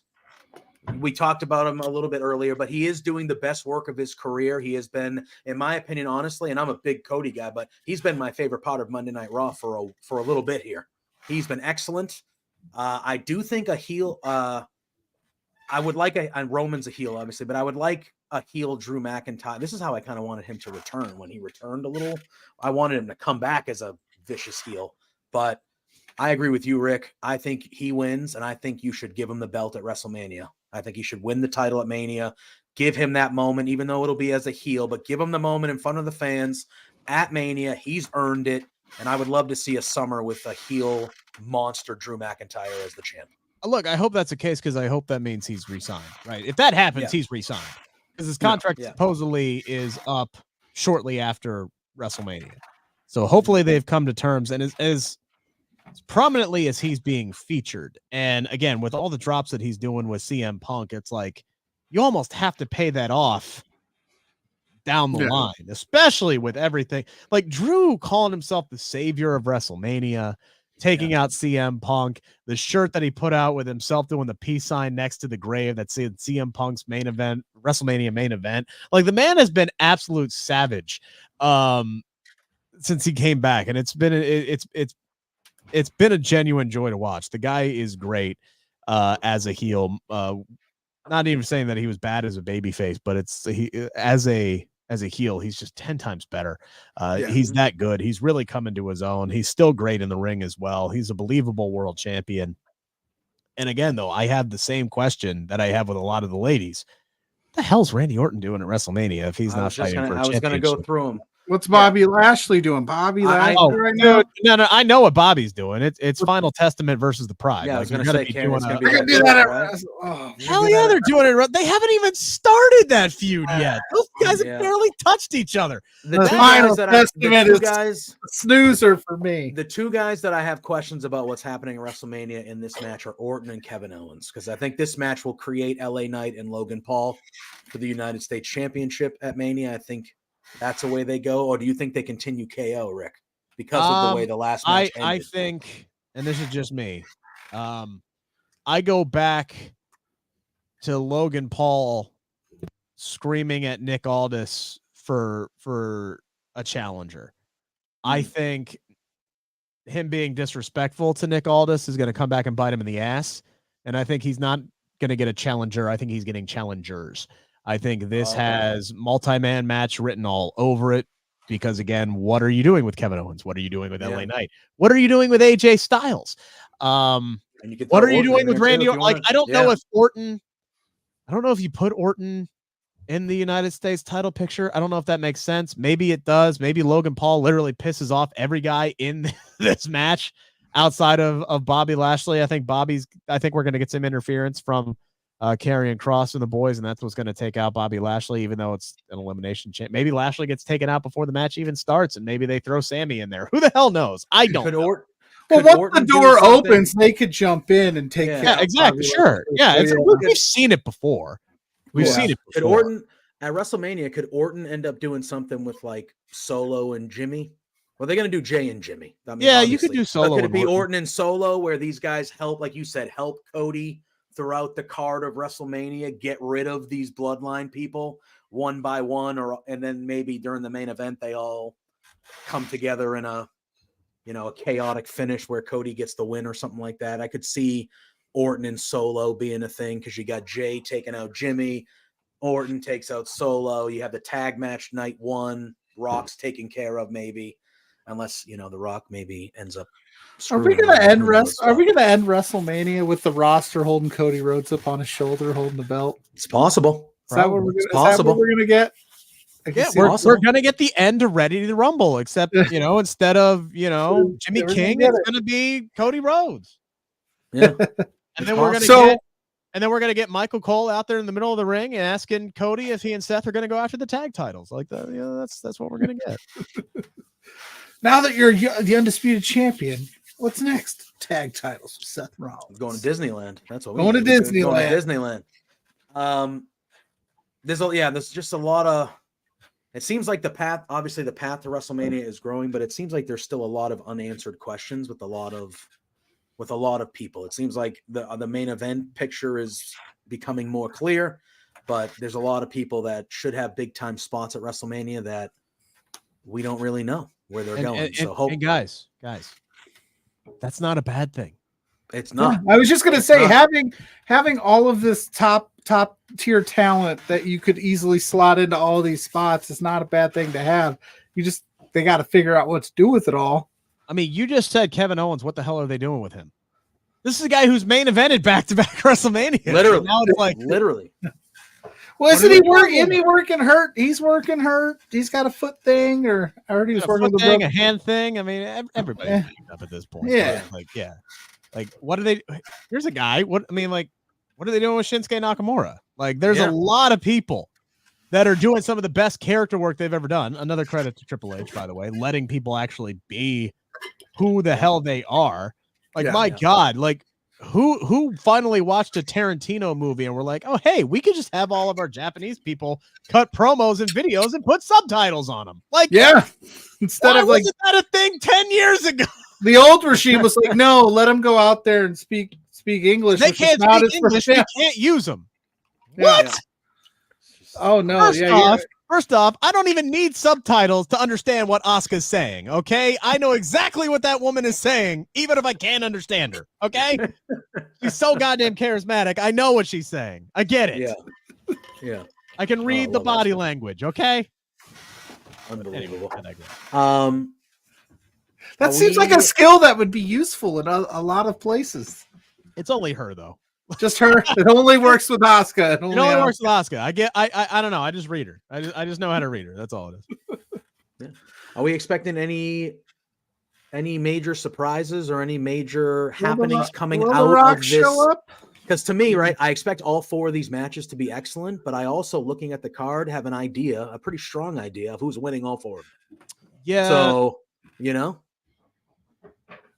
and that doesn't mean it will be bad. That's what has me nervous. Yeah, that's what has me nervous is that all these matches are very predictable, and all these matches have clear-cut favorites. Like again, going back to Bet Online, let me look here. The closest betting odds are the chamber matches themselves, and they're still overwhelming favorites. You would have to bet $100 on both Becky Lynch and Drew McIntyre to win $2. So, like, Judgment Day, -2,000 favorite. Same with Becky, same with Drew, and then Rhea's -8,000. Yeah. So it's like all of those people are overwhelming favorites. It makes me feel like WWE has something up their sleeve, which makes me think maybe Drew's not winning. Because that's the one that's up in the air. To me, anyway, because of Drew's contract situation. That's the one that's most likely to have a swerve where maybe Randy Orton wins, or maybe LA Knight wins. Yeah. Okay. Or God, why is it simply just to pad your betting stats that you would bet $100 just to win $2? It seems like such a silly thing that anybody would bet on, but people are going to. I mean, there was a guy. I'm not a big bettor. I've only done it a handful of times in my life, but I never thought that made sense. I've never bet on wrestling. I bet on. Football, I'm more likely to bet on. I've never done it either. I'm more likely to bet on wrestling now that we don't have like a knee jerk, I'm going to change something at the last damn minute guy in charge. We don't have Vince with his hand on the trigger going, screw this, let's change it at the last fucking minute. So I'd be more likely to do it now, but I would have lost a ton of money on the main event of WrestleMania last year had I bet. I would have too. I definitely reacted like I did. I act like I know what the hell's going on. I don't. Yeah. I don't know what the heck is going on. But I think you have. I think you're in the right place because either do I. Because just looking at. Damn. Unless they take the tag titles off of Judgment Day. Like, unless you have R-Truth cost them the tag team titles, but then it's like, well, what are you doing with Judgment Day at WrestleMania? So unless you're just going to have a tag team match of Judgment Day versus Awesome Truth, like that match doesn't make a whole lot of sense. There's not as much investment in that match if the tag titles aren't on the line because people are going to want to see R-Truth win the tag team titles. So I don't think they do that either. But I don't know. I feel like this is either going to be absolute chaos or it's going to be, what we all expect it to be. It's going to be a great look. Predictable isn't bad. It's going to be a great show. 100% agree. Yeah, 100% agree. It's just a hurdle to clear to get to WrestleMania. That's all. But I would expect them to give the crowd something, which maybe we get. Maybe that happens the in Grayson Waller effect. Yeah, Scott in the chat just says, I think maybe an impromptu match with Waller versus Cody coming out of the talk show segment to like give Waller that rub in front of the home country and stuff. I mean, it would be nice if they had more than one Aussie wrestling on this show.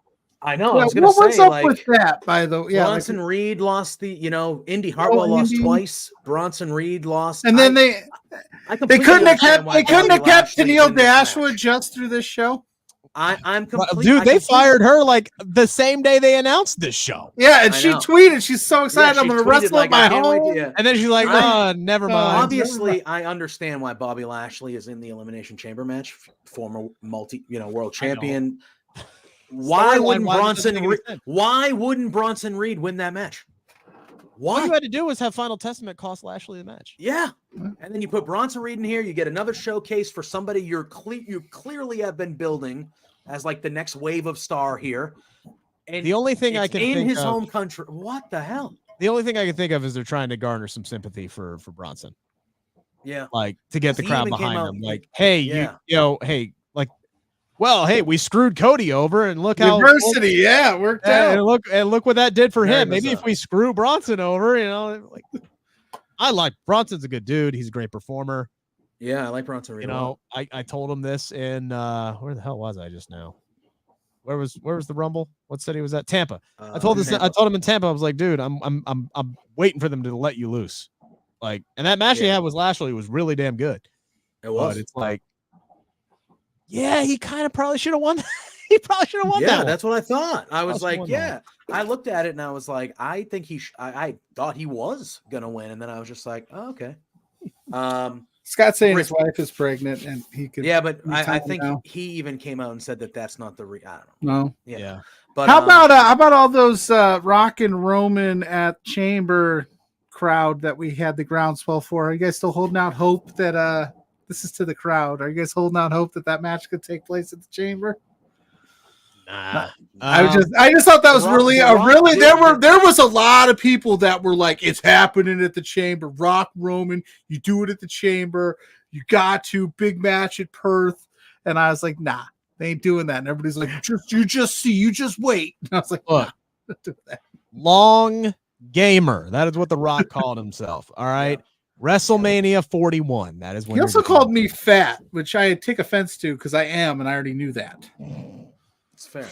It's fair. It's okay. Yeah, I share a that birthday remark. with The Rock, so he wasn't talking to me when he said those comments. Rick, before you get out of here, Bengals going to franchise T. Higgins? Is that what they're doing? Yeah. Sorry, everybody. Sorry. Go In a find another perfect one. world. You got to wait till 2026 or 2025. In a perfect world, because the Patriots have a boatload of money to spend. I'm not saying they will, because their owners are cheap. The Crafts are great, but they're cheap. In a perfect world, I wanted them to throw the bag at T. Higgins, draft Marvin Harrison Jr., and sign Baker Mayfield to a 2-year deal. I think we're well. Here's the thing. Here's where it gives you hope. You have really high draft capital. You want T. Higgins? Trade number 3 for him. That's it. That's the end of the day. Because then the Bengals will take Marvin Harrison Jr. and we don't give a flying hell about T. Higgins anymore. Yeah. So that's what it's going to come down to. If you want T. Higgins after the Bengals tag him, you got to trade for him. That's it. Yeah. That's it. All right. Real last non-wrestling question. Sure. What do the Bengals need to do in free agency and the draft? Defensive tackle. What do you yeah. Defensive tackle, a right tackle, and defensive tackle. Okay. They So have got defensive tackle as their biggest need. They have got to get some pressure up the middle of the field. Trey Hendrickson's great. He can't do it all himself. Trey Hendrickson, like, I was listening to our afternoon guy today and on ESPN 1530 in Cincinnati, and he was like, look, in the old days of the NFL, guys like Myles Garrett and Trey Hendrickson would get like 25 sacks a game where quarterbacks just stood in the pocket and chucked the ball. Now you got in your own division, you got guys like Lamar Jackson and Deshaun Watson who are going to elude the pocket pressure and rush up the middle for 5, 6, 10 years. You got to get pressure up the middle, and that's where teams like the Rams with Aaron Donald just absolutely eat.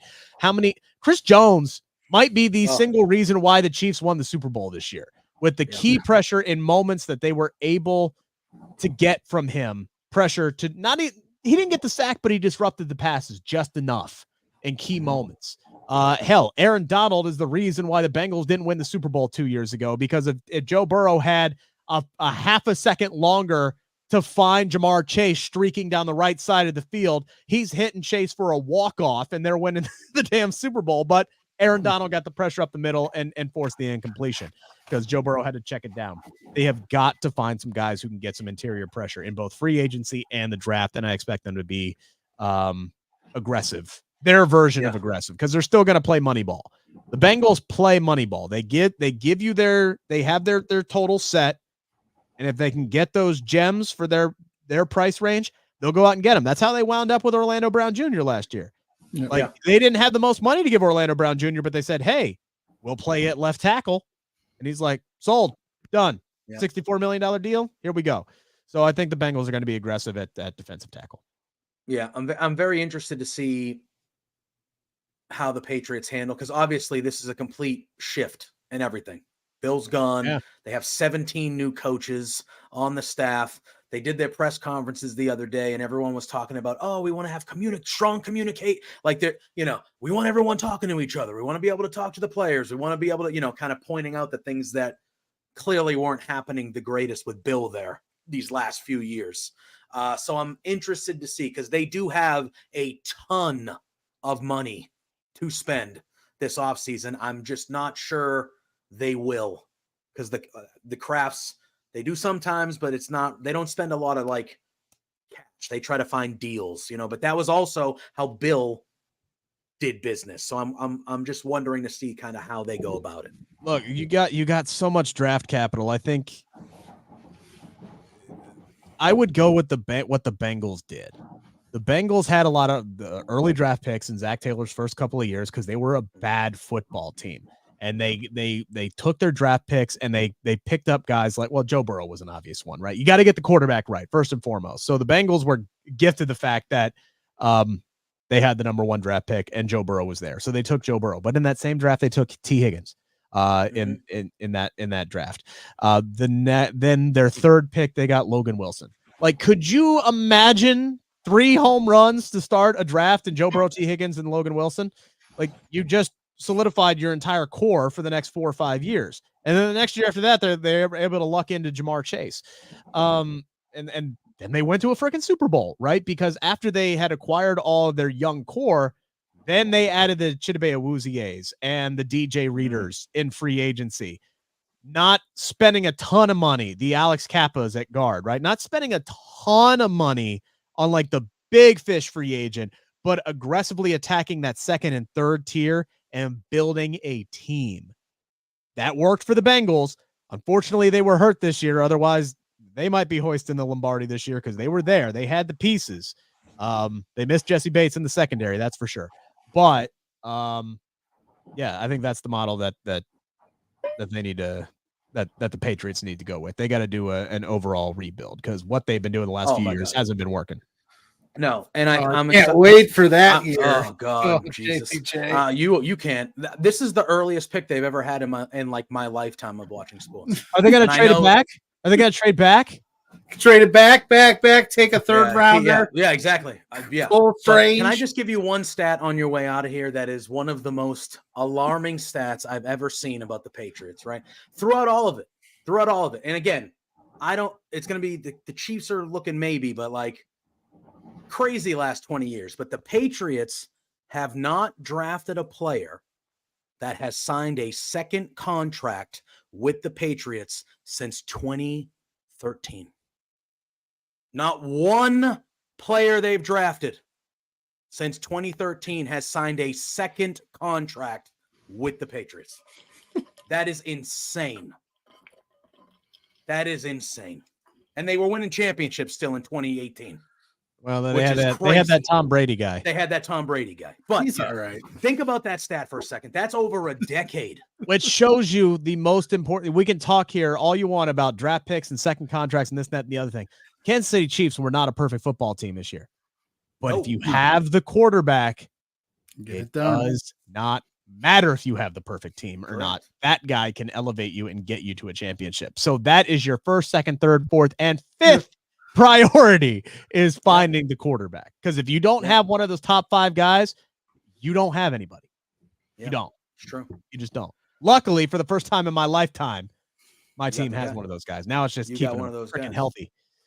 Yeah. I was keep him upright. I was surprised you didn't say multiple offensive lineman positions, because I feel like you're not going to get you're not going to reach your true ceiling because you guys can't block for him to stay healthy. I think that's more scheme than talent, to be honest with you. They've invested premium dollars. Cordell Volson is the only guy who's not making a multi-million dollars because that's the guy they drafted. This is a team whose problem is they cannot draft and develop linemen. They just cannot. They cannot do it, which is why I expect them to sign a right tackle in free agency. Maybe your guy. What's his name? How do you pronounce his last name? Michael Onwenu.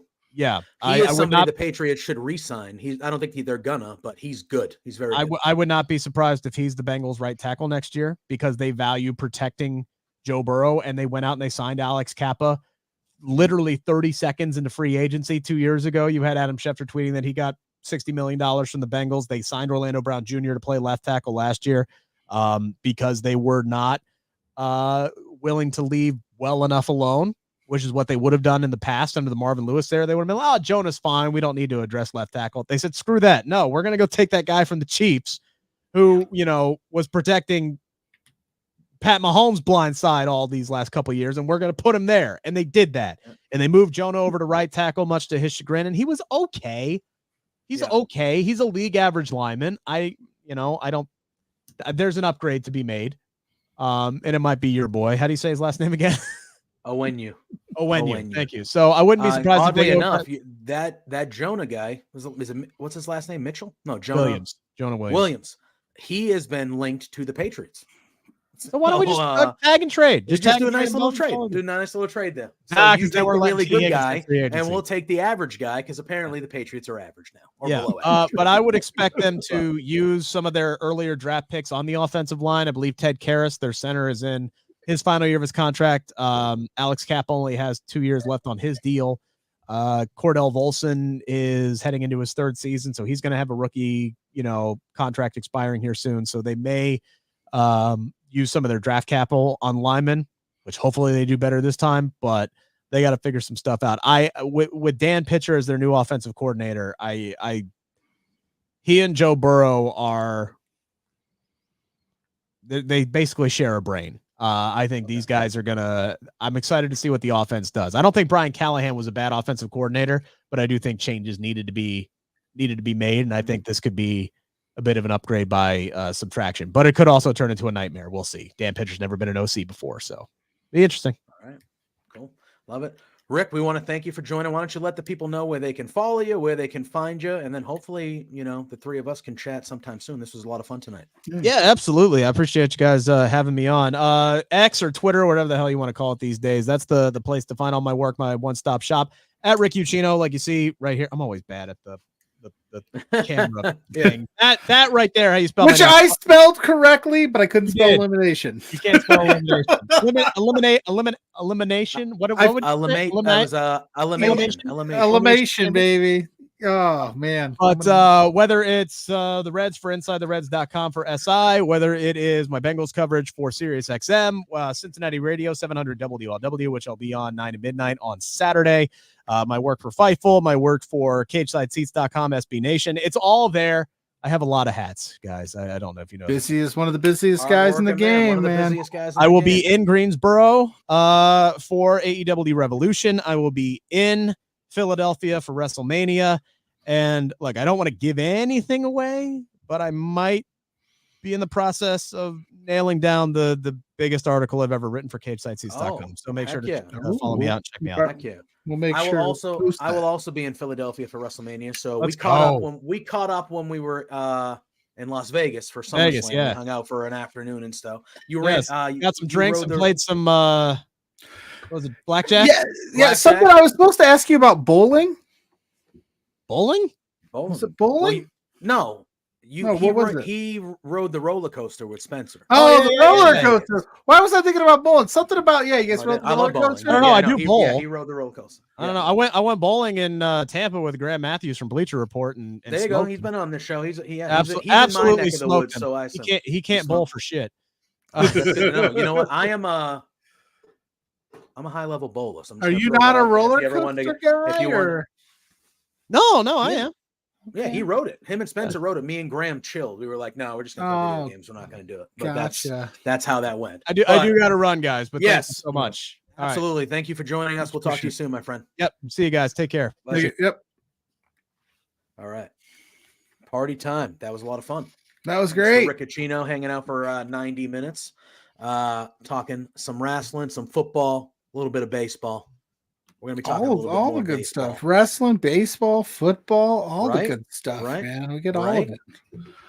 Good. We guess. bring on the best minds in wrestling to talk about everything, but that's what we do. Well, tonight you got a good mix of You a got little bit all of both. it. You got all of it. You got a lot of All right, haters. plug I didn't want to calling you cheaters. Scott saying JPJ that you guys should sign Well, Mitch Scott's Trubisky. a Patriots fan. He's in the misery with me. Yeah. I wouldn't want Mitch Trubisky. Scott is in the misery with me, but it's all right. Like Rick said, we had 20 years of it's okay. It's okay. It's been miserable for a few years. It stinks. Don't get me wrong. I like to not be in this realm, but it's fine. We'll be fine. When people start calling names and doing stuff like that, that's just jealousy. His team changed the rules and they still couldn't beat us. So, it is what it is. It is what it is. That's awesome. All right. So we can talk a little AEW. I thought did you have a JPJ's tiers you wanted to dive into? We could do that. We can hold that off if it's not ready to go, but I know we were talking about it in the pre-show. I can pull it up. Why don't you tell the kid? We can talk a little bit of AEW with Rick at the beginning. We talked Sting, we talked the last match and stuff like that. And that was really the main thing. Obviously, that FTR Blackpool Combat Club match that went to a draw was excellent. That was super good. Excellent match. Are they overused the draw thing? Yeah. They've been pulling the draw card here a lot. I feel like the last month there's been like three or four of them. All right, that's what it feels like. Yeah, Scott. We didn't talk a ton of baseball with Rick, but the Red Sox, don't get me started. Go ahead and start. You're gonna get started because I'm gonna bring up the tier. I'm gonna get the tier list going, and we're gonna do ahead of spring training baseball teams. If I can get it to load real quick, but no, they're definitely using the draw thing a little too much for my taste. I was like, oh man, because it kind of takes away from it. But I kept thinking though, I did keep thinking the entire match. I was like, which one of these teams could take that loss? Like which one? Who's it gonna be? You can't have FTR losing. You can't have these guys. But we can talk about Wardlow. I thought that was a killer promo by Wardlow. It makes me want to see him leave the United Kingdom even faster because I want him to get back to just being an absolute juggernaut of a Wardlow that we all know and love. Yep, I agree. But I digress. I agree. All right, that Wardlow promo was excellent. That Wardlow promo was excellent as well. All right, I got it. He does. Rick does write really good baseball stuff. So next time he's on, but we started referencing wrestling and we just went, bro. We just went. But are you trying to share things? Is that what you're doing right now? No, I got it. Just took me a second. Hell, I wasn't sure how long we were going to have Rick, so I. No, you're good, bro. Okay, you're good. So I believe we are going to be doing JPJ's tiers of the baseball teams heading into spring training, or that's what we're doing. Or I think, how do you think the season's going to go? Oh, I can't wait. Yeah, I cannot wait. Can you see it? Let me tell you. Is it up? It's just a blank screen. Did I do it right? Because I can't spell. You can't spell. What does that mean? Elimination Chamber? If it does. Well, no, apparently. Couldn't spell. It says to remove. All right, hold on. It says that it's. That's all right. We'll just chat away. We'll chat away. Oh, there it is. We got it. You got it? All right, we got to get rid of doo-doo-doo, doo-doo-doo. Boom. What'd you get rid of? Oh. Yeah, we're good. All right, so this is Major League Baseball. It's in alphabetical order, it looks like. So Diamondbacks. Nice. How do you think the Diamondbacks are were in the Diamondbacks were in the World Series last year? Yes. So they're a good bunch. They got into the playoffs with 84 wins, so it's not like they were, crazy or anything like that. I would put them in the B. I would put them in the B. Feel comfortable. Actually, No, we're going to put them in the A. I feel like they're a top 10 team. I feel like A is top 10. So I'll put them in A. The Atlanta Braves, S. No question. A for Diamondback. A for Diamondbacks. Yeah, you got Acuna. You got all that. S. They're one of the best teams in the league. That's where they're going to be. The Baltimore Orioles, brother. They were good last year. They were young last year. They're going to be better this year. They made that trade for Corbin Burns, which is the trade that was that a big I wanted deal. the Red Sox to do. It was the trade I wanted the Red Sox to make. I've been yelling about it for months, but the Red Sox suck. I'm putting the Orioles. So you got. To me, they're a top 5 team. So that's what do you got? A or S? Oh man.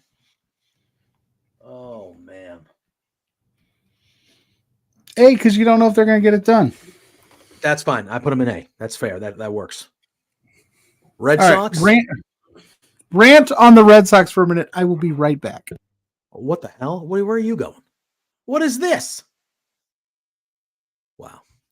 Pluggo has been. Can we just chat while he's not here? Pluggo's had some things going on. I don't know what's going on over there. But I'm worried for my boy. I'm worried for him. All right, you know what pisses me off? Nope. Yep. You know what pisses me off about the Red Sox? Okay. The owners of the Boston Red Sox, particularly the main owner, John Henry. If you're watching this,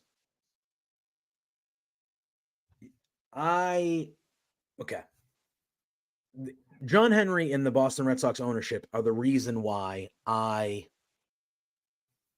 Red Sox have won 4 World Series. I don't pretend to hide that fact. But at the same time, we're the Boston Red Sox. We're a high market team, and we have spent no money on the club this year. And it's to the point now where the players, all off season, the Red Sox brass, John Henry, the main owner, never talks. He never talks. He's a piece of trash. He never talks. Okay. But the guys underneath him that he makes go out there and talk, they have been telling the media and the fans that, oh, we're going to go full throttle. We're going to spend some money. We're going to improve the team. We're going to do that. That's what we were told. And then all of a sudden, the Red Sox weren't spending anything. They were cutting payroll. We traded Chris Sale for a prospect that makes no money. We traded a good reliever in John Schreiber the other day to the Kansas City Royals for a prospect who makes no money. Schreiber, a good, dependable reliever, we got rid of. And I'm sitting here going, what? Wait, how do I get this back to... Nope. There we go. Sorry, I'm back. Nature called, man. That would have been a bad deal. There would have been a puddle on the floor. Oh, he was going to pee himself. That's gross. Yeah, dude. I don't know. It was that extra Christmas tree water. It's probably because you drink. I mean, I drink a lot of water too. But so Red Sox got him in the F. So yeah, no, they trade all these people. They're cutting payroll the whole time. They're telling us they're not going to cut payroll the whole time. And now this past week, there was a report that Dustin Pedroia was so furious that he called management. And he was like, you guys need to do something. You need to go sign somebody. You need to go do, like, he gave management shit. Then Kenley Jansen, who was a guy that the Red Sox signed to a 2-year deal last year, openly on a podcast said, yeah, I mean, they told me that year 1 we were going to be competitive and year 2 we were going to get after it. And now all of a sudden that we're not doing that.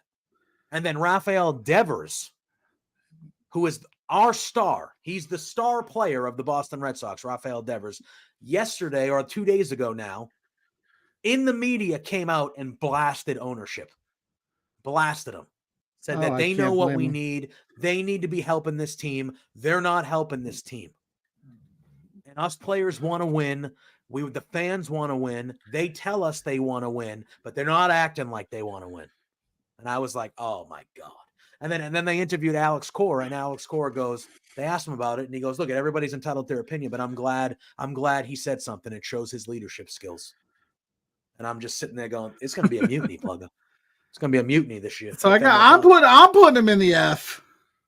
People are pissed. You can't go any lower. People Yeah, because you're used to winning or at least being competitive for the last. They have been, and you know what pisses me off? Chaim Bloom, who was the general manager of the Red Sox for the last 3 years, they hired this guy, right, from the Tampa Bay Rays, who are very good at what they do. The Tampa Bay Rays with drafting, developing, very good at what they do. Eye for talent, all of it, right?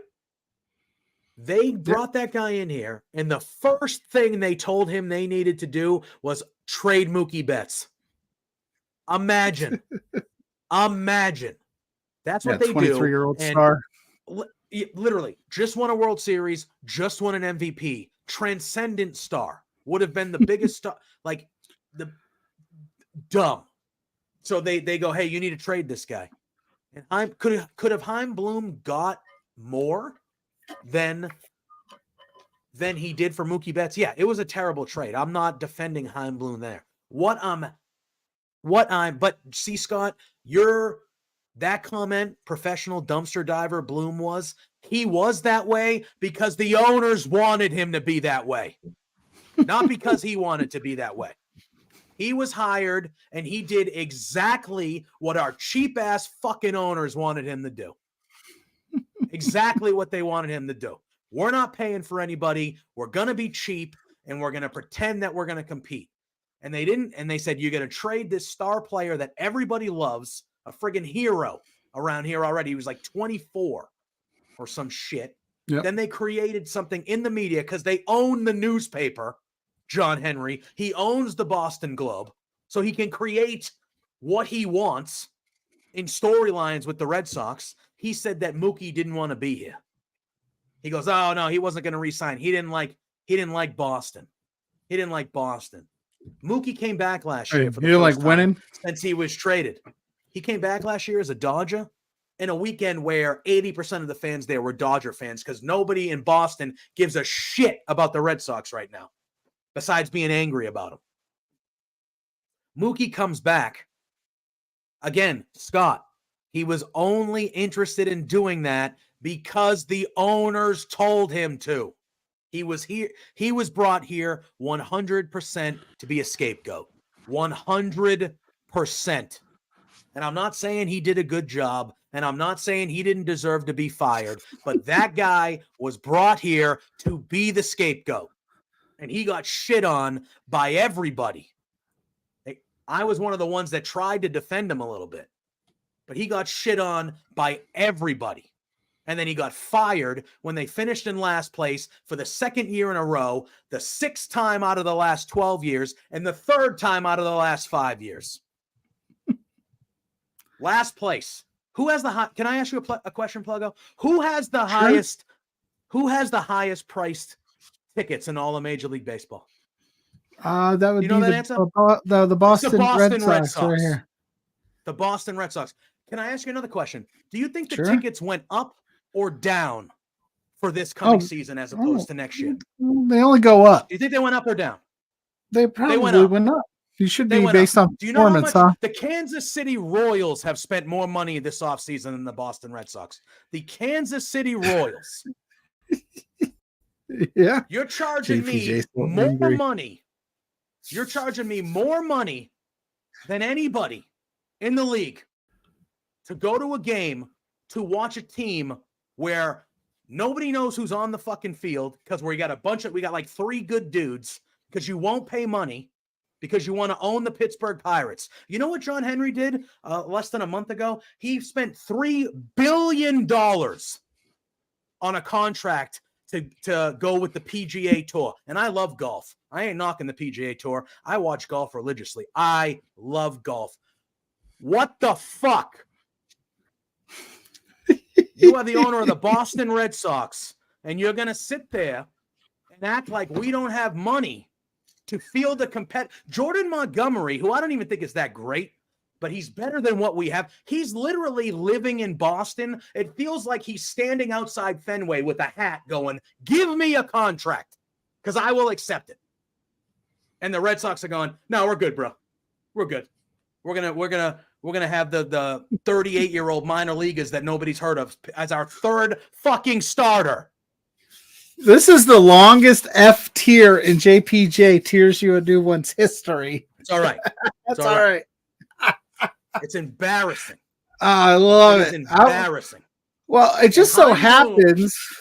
Go ahead. And Heim Bloom, I'm telling you, Heim Bloom was shit on all day, every day by the majority of these people that live in this area. And he did exactly what John Henry wanted him to do. Hey, come here, dumpster dive, be cheap, build up the farm system, because we're not going to be good. And when you talk to the media, you're going to act like we're going to be good. We were competitive. We were in a playoff race the last 2 years at the trade deadline, and the Red Sox did nothing. Nothing both years. And then they turned around and said, no, we have enough to be good. And we finished in last place both years. Well, the division's also very good. That's fine. But we are the Boston Red Sox. We are the Boston Red Sox. We spend money. We have top teams. We have top payroll. Do we win every year? Absolutely not. But we've won 4 times in the last 20 years. That's more than any other team. Still. And you know how we won those? Because we had a mixture of really good young players, and we paid money for people because we're not the Pittsburgh Pirates. John Henry, you piece of shit. Anyway, okay. I'm done. That's it. Clip it. There we go. All right. Oh, man. That's going to be. How long did I go there? That was probably 10 minutes. No, I don't know. That's pretty. Well, next up is my Chicago Cubs, who just signed Craig Counsell as manager. Your Cubs. Oh, I don't really have anything like that to say. We're like. I would say we're like. I would put you C. I would say C. Yeah, maybe B. C for Cubs. You had a better year than I've. You were pretty decent last. You were like. We were in the playoff push. We still haven't signed Bellinger. We didn't sign. We didn't re-sign Bellinger, and he was great. Like Bellinger's another guy. Do you know how many? We have one starting outfield on the Red Sox. Why are you not signing Cody Bellinger? Yeah, 1 year. What are you doing? Just do it. Anything. Yeah. Why not? You spend it. You do 2 years, $10 million for Liam Hendricks. The dude can't pitch till September. The hell you spending fucking $10 million on? He can't pitch till September. At least it's somebody. But the Cubs were in the playoff run. They think Craig Counsell is going to be the difference maker. They're going to rely heavy on some younger stars this year to kind of make that next step. So I have him at C because I don't know. That viral clip going around of Nico Horner throwing the ball like between his legs or whatever. No, I didn't see it. It was in spring training. He booted a ball, but then he like recovered and like threw. He barehanded it and like threw it between his legs to the first base or something. It was pretty wild. White Sox are F. White Sox are F. Trash. They're if you got Sox in your name, you're trash. This year, anyway. They're bad. And then Rick Ucchino's Cincinnati Reds. He said that a lot of wait and see, hoping for the best. I got the Reds. Oh man, I don't think they're that great. I would say, why don't we put them in? Oh boy. Why don't we put them in C for now? We'll put them in C. We'll put the 2 C teams in the C's. Let me do that. I have them right with them. All right, what about the Cleveland Guardians? Cleveland Guardians, to me, we're going to D. We're going D. I think they're dropping. I think they're dropping a bit. Colorado Rockies, F. Okay. Brutal. One of the worst. Yeah, there's a lot of dumpster fire teams this year. Detroit Tigers, surprisingly, are getting picked to win the division. Yeah, by a lot of people. To me, because I don't think they're that great. No, is that really just an awful? But it's also it is an awful. It's the Royals, it's the White Sox, it's the Guardians. Sorry, it's any one of the Twins. I think I'm putting them in the D. Detroit is that undershooting them? It might be, only because, like I said, there's a lot of people picking them to finish first. They're hoping that they're young talent. They've taken their lump, so to speak. Houston not that I'm happy about it because I don't like Houston, but Houston is S. Houston is S too. They're in defending champs. You don't talk about cheaters, Culp. he's still in the chat. Yeah, wait. What are you fucking barking now, Culp? You barking about cheaters now? Fuck. Get him. Kansas City Royals. Are they also in the? Is the whole AL Central just in the D? I don't think they're one of the 4 worst teams. Yeah. But I'm going F. I'm going F for the Royals. What are you gonna have them D? No, I'm just talking the whole AL Central is just kind of like. I would put the Angels in D. I would put the Angels in D until Trout leaves. Did you see? I saw today somebody calling him a coward for not asking for a trade out of Los Angeles to go play for a contending team. Why would that make him a coward? Because he doesn't want the spotlight. He doesn't want to be the bad guy. He doesn't. Okay, what about? He doesn't have the. He doesn't. The team that gave you a contract. He doesn't have the stones to want to vote. I'm just saying that's what this guy anymore, though. Apparently not. I'm looking. You're damned if you do. You're damned if you don't. Look, I'm not saying that I would like to see Mike Trout in the playoffs, but Mike Trout was drafted by the Angels, became a superstar at the Angels, and then he signed a long-term contract with the Angels. What's wrong with somebody wanting to be loyal to the team that gives him a fucking 13-year contract? I'm just saying, the guy was saying like, "Hey, man, you know, this is it's the easy way to stay in the mediocrity and not make the playoffs and not win the titles and just keep doing your thing instead of putting yourself out there." That's what the guy said. I don't know. Whatever. I mean, don't get me wrong. Yeah, like no, I think Trout should want to win, but I don't think him demanding a trade doesn't make him want what? He gets to hang out. He gets to hang out with Anthony Rendon. Newsflash to everybody: you can't run away from all your problems. Jesus Christ! All right, he gets to hang out with Anthony Rendon, who doesn't think baseball is a priority. Oh, I hate that, dude. If I was an Angels fan, I would want to punch that guy in the face. I'd want to punch that guy in the face. You think I want to be here at 7 a.m. $50 million to play a game? Go fuck yourself. All right? Get ready for the season. Get on the fucking field and play. Are you shitting me? That's what he said. Are you shitting me? LA Dodgers, I think that's an easy S tier. They'll be an S tier until they choke in the first round of the playoffs. Well, they'll be an S tier. They'll be in the S tier until 2070 when they have all that deferred money show back up.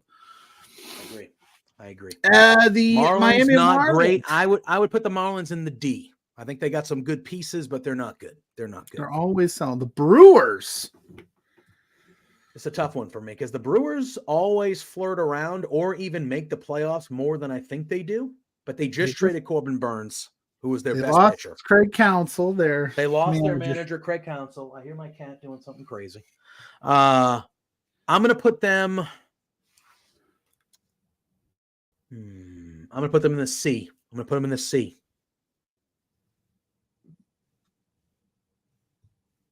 With the Reds and the Cubs, 3-way race for the top of the division.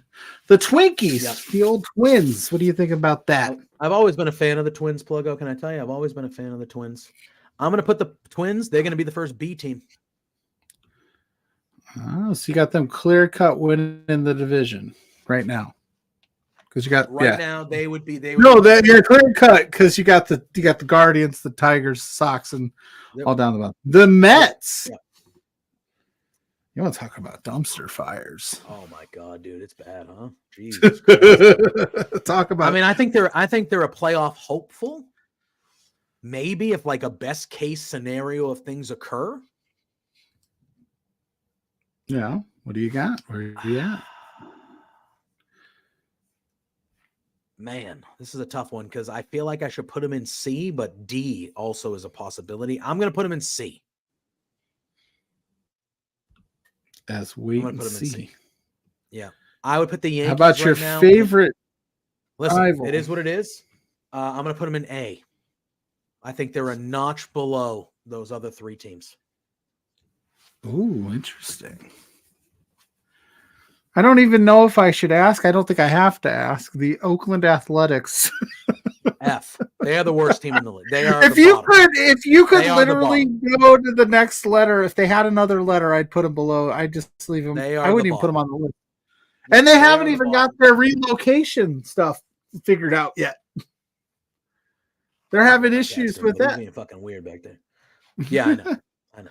The Philadelphia. Also, can I just say I talked about it a little bit on my stream earlier today. I really hate how these owners are like holding cities hostage in Major League Baseball, basically saying, "Oh, you got to give me public funding or we're moving the team." That bothers me. I'm not going to go on a rant about it. I know, but baseball's the worst. Baseball's the worst when it comes to it.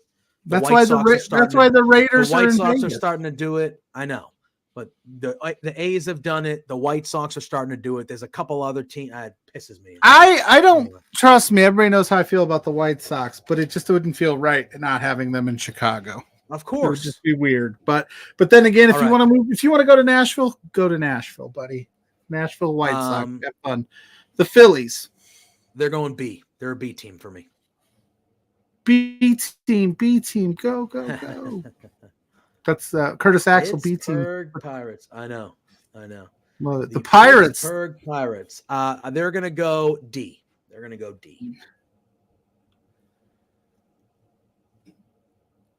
This All team right. was a mass. Yeah, I think you're B. I think you're B. I have you right now in the power rankings that I have.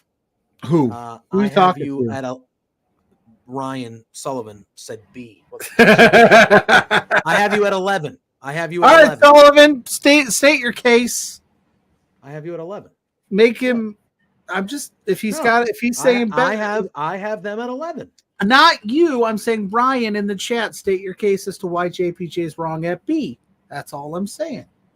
It's called engaging with the fans. Yeah.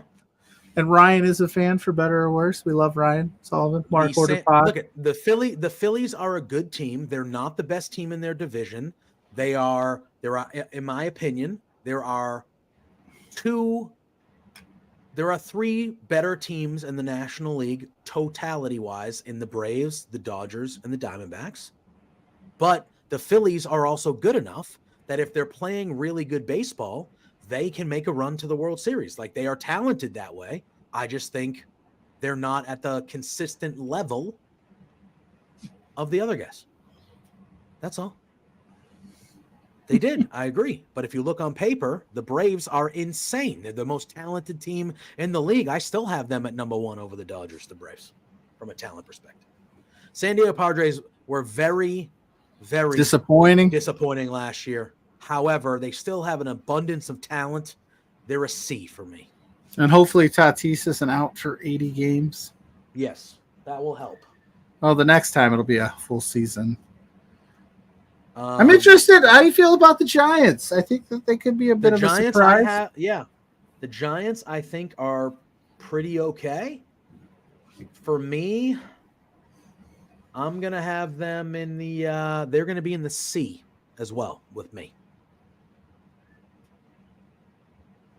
All right. The Seattle Mariners, I got B. I got B for Seattle. I think they're good. I think they're talented. They need to follow through and actually make it to the playoffs for me. They should have made it last year. They kind of collapsed a little bit at the end, but they're good. They're good. I like them. St. Louis Cardinals, your favorite team, PLUGGO. Yeah. To me, I feel like I can never not have them in the C. Because I feel like even the years that I was like, oh, the Cardinals should suck, they just never truly suck. Oh, they're like that type of team for me. They're going to suck this year. I hope so. I hope so. Oh, I hope so. I definitely hope so.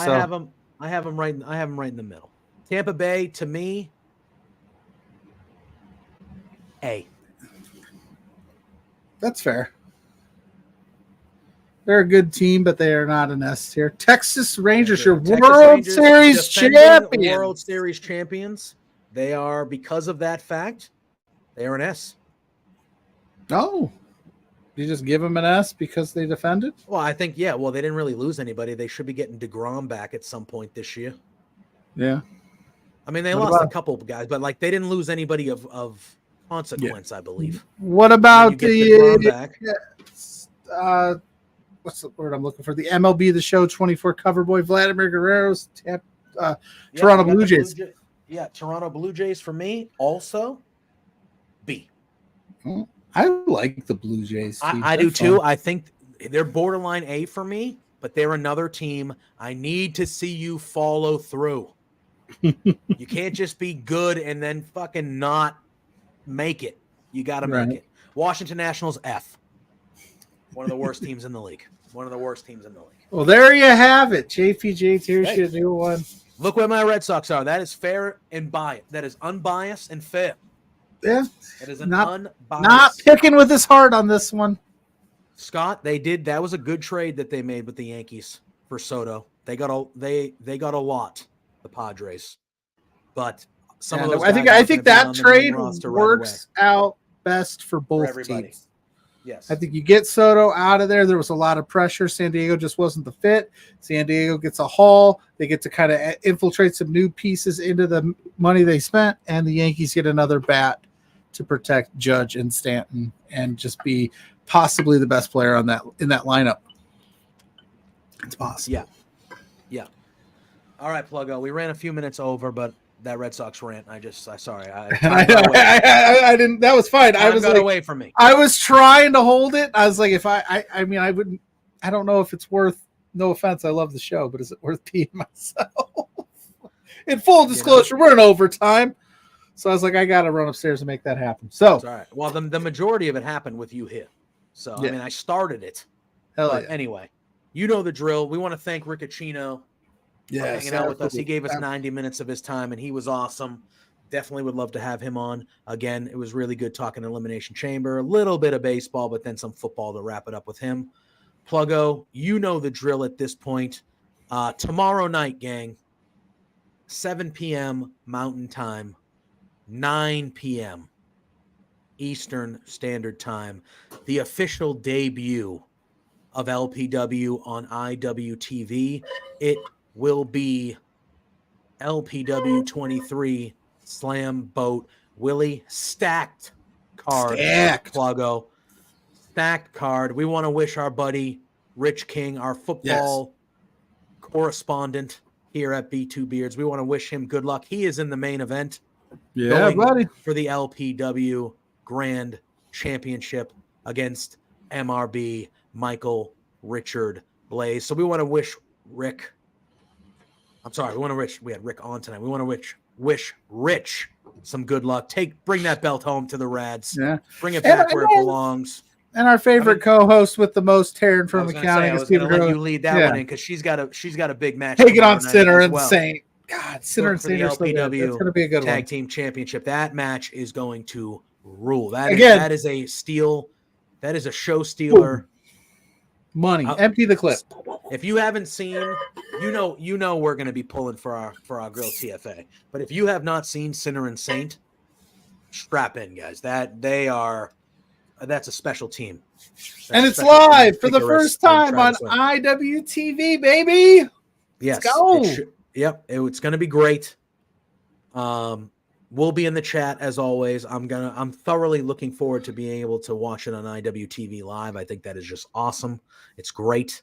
The event is stacked. 7 great matches. 7. Zoe Sager, Challenge Championship against Casey Spinelli. Yep. The scramble match is loaded. T.Y. Jackson, Jack Pride, Mars, Dean Richter, Mars the Specialist. And your boy, Amir Jordan. Damn right. Back. Amir Jordan's back. That's awesome. Yeah. You got Reed Matthews and Elliott Rivers. Should be great. This is a match, 7 matches just stacked from top to bottom. The event is going to rule. Make sure you're watching on IWTV. Pluggo and I will be in the chat and having fun and doing that stuff. But you know the drill. Pluggo, let them know where they can find us and find you so we can get the heck out of here. Oh, well, you can find me at Pluggo on Twitter. As Rick said, some one-stop shop to find everything.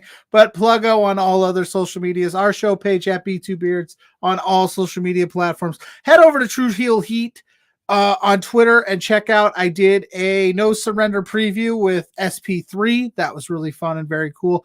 And Unplugged with Pluggo every Monday. Well, this week it was Tuesday on all your favorite podcast applications. And Full Exposure Saturday morning with Blair Pacheco covering independent wrestling. And I'll also be with Lawrence for the we're going to get up early and do the Pajama Party Elimination Chamber watch along right here on this channel. There's potential I might be joining there. Yeah, we're going to have, who knows who's I won't popping know definitively until day of, or probably For tomorrow sure, night, it's confirmed. Me and Lawrence Spencer is committed to popping in at some point. I think Ophelia, who's in our chat, and possibly Doc, BR Doc. So could be a fun little crowd to watch Elimination Chamber. Heck So yeah. I'm not getting any sleep this weekend. Heck yeah. That's just how it's happening. You can follow me at JPJ Loves Gaming on all social media platforms, over on Twitch and YouTube as well. Potentially having Firmly come back. Drew is still down and out. I've been talking to Drew. We had to postpone last week's show because he woke up sick. He has the flu. He is alive, which is good. I talked to him today, but he's having a rough go of it. He said it's actually gotten worse every day. So hopefully we'll be back this Sunday for Firmly AEW, but at the very, very least, we will be back next Sunday reviewing. No, wait, the pay-per-view's on a Sunday, right? On Sunday. Yeah. Previewing AEW Revolution. We'll be doing that here next week with maybe a special guest or two too. So keep your eyes on the social there. But you guys know the drill. Thanks for hanging out. Little B2B OT tonight. And shout out to Throwback for the monster super chat, brother. We love you. Yeah. Appreciate you. Hell yeah, friend. Thank you so much. Appreciate the support you've always given us. You're a good dude. Go give him some love too. For everybody, we'll see you tomorrow night in the chat for LPW 23, but Pluggo and I will see you here at this same place next week, 8 p.m. Until then, say hi to Sue. Sue! Peace out. Hey there, Pluggo and JPJ. It's Trent's mom, Sue, and I have a bone to pick with you. So, I understand that you guys are being real idiots and spending your entire monthly budget. You've got to be kidding me. This is not the way to be when you're trying to run a business. Your boss, Spencer, is really pissed off at you. I'm pissed off at you. You have some nerve. Get a grip. You have to control yourself. You can't just go out and spend all the money that you're making, you two beards guys. Oh no, this is coming out so stupid. Anyway, behave yourselves, or I'm going to cut you off from watching AEW. You're no longer going to get to know, be able to meet my son. What? Or me. I'm sorry, this is like, I don't know. Anyway, thanks so much for being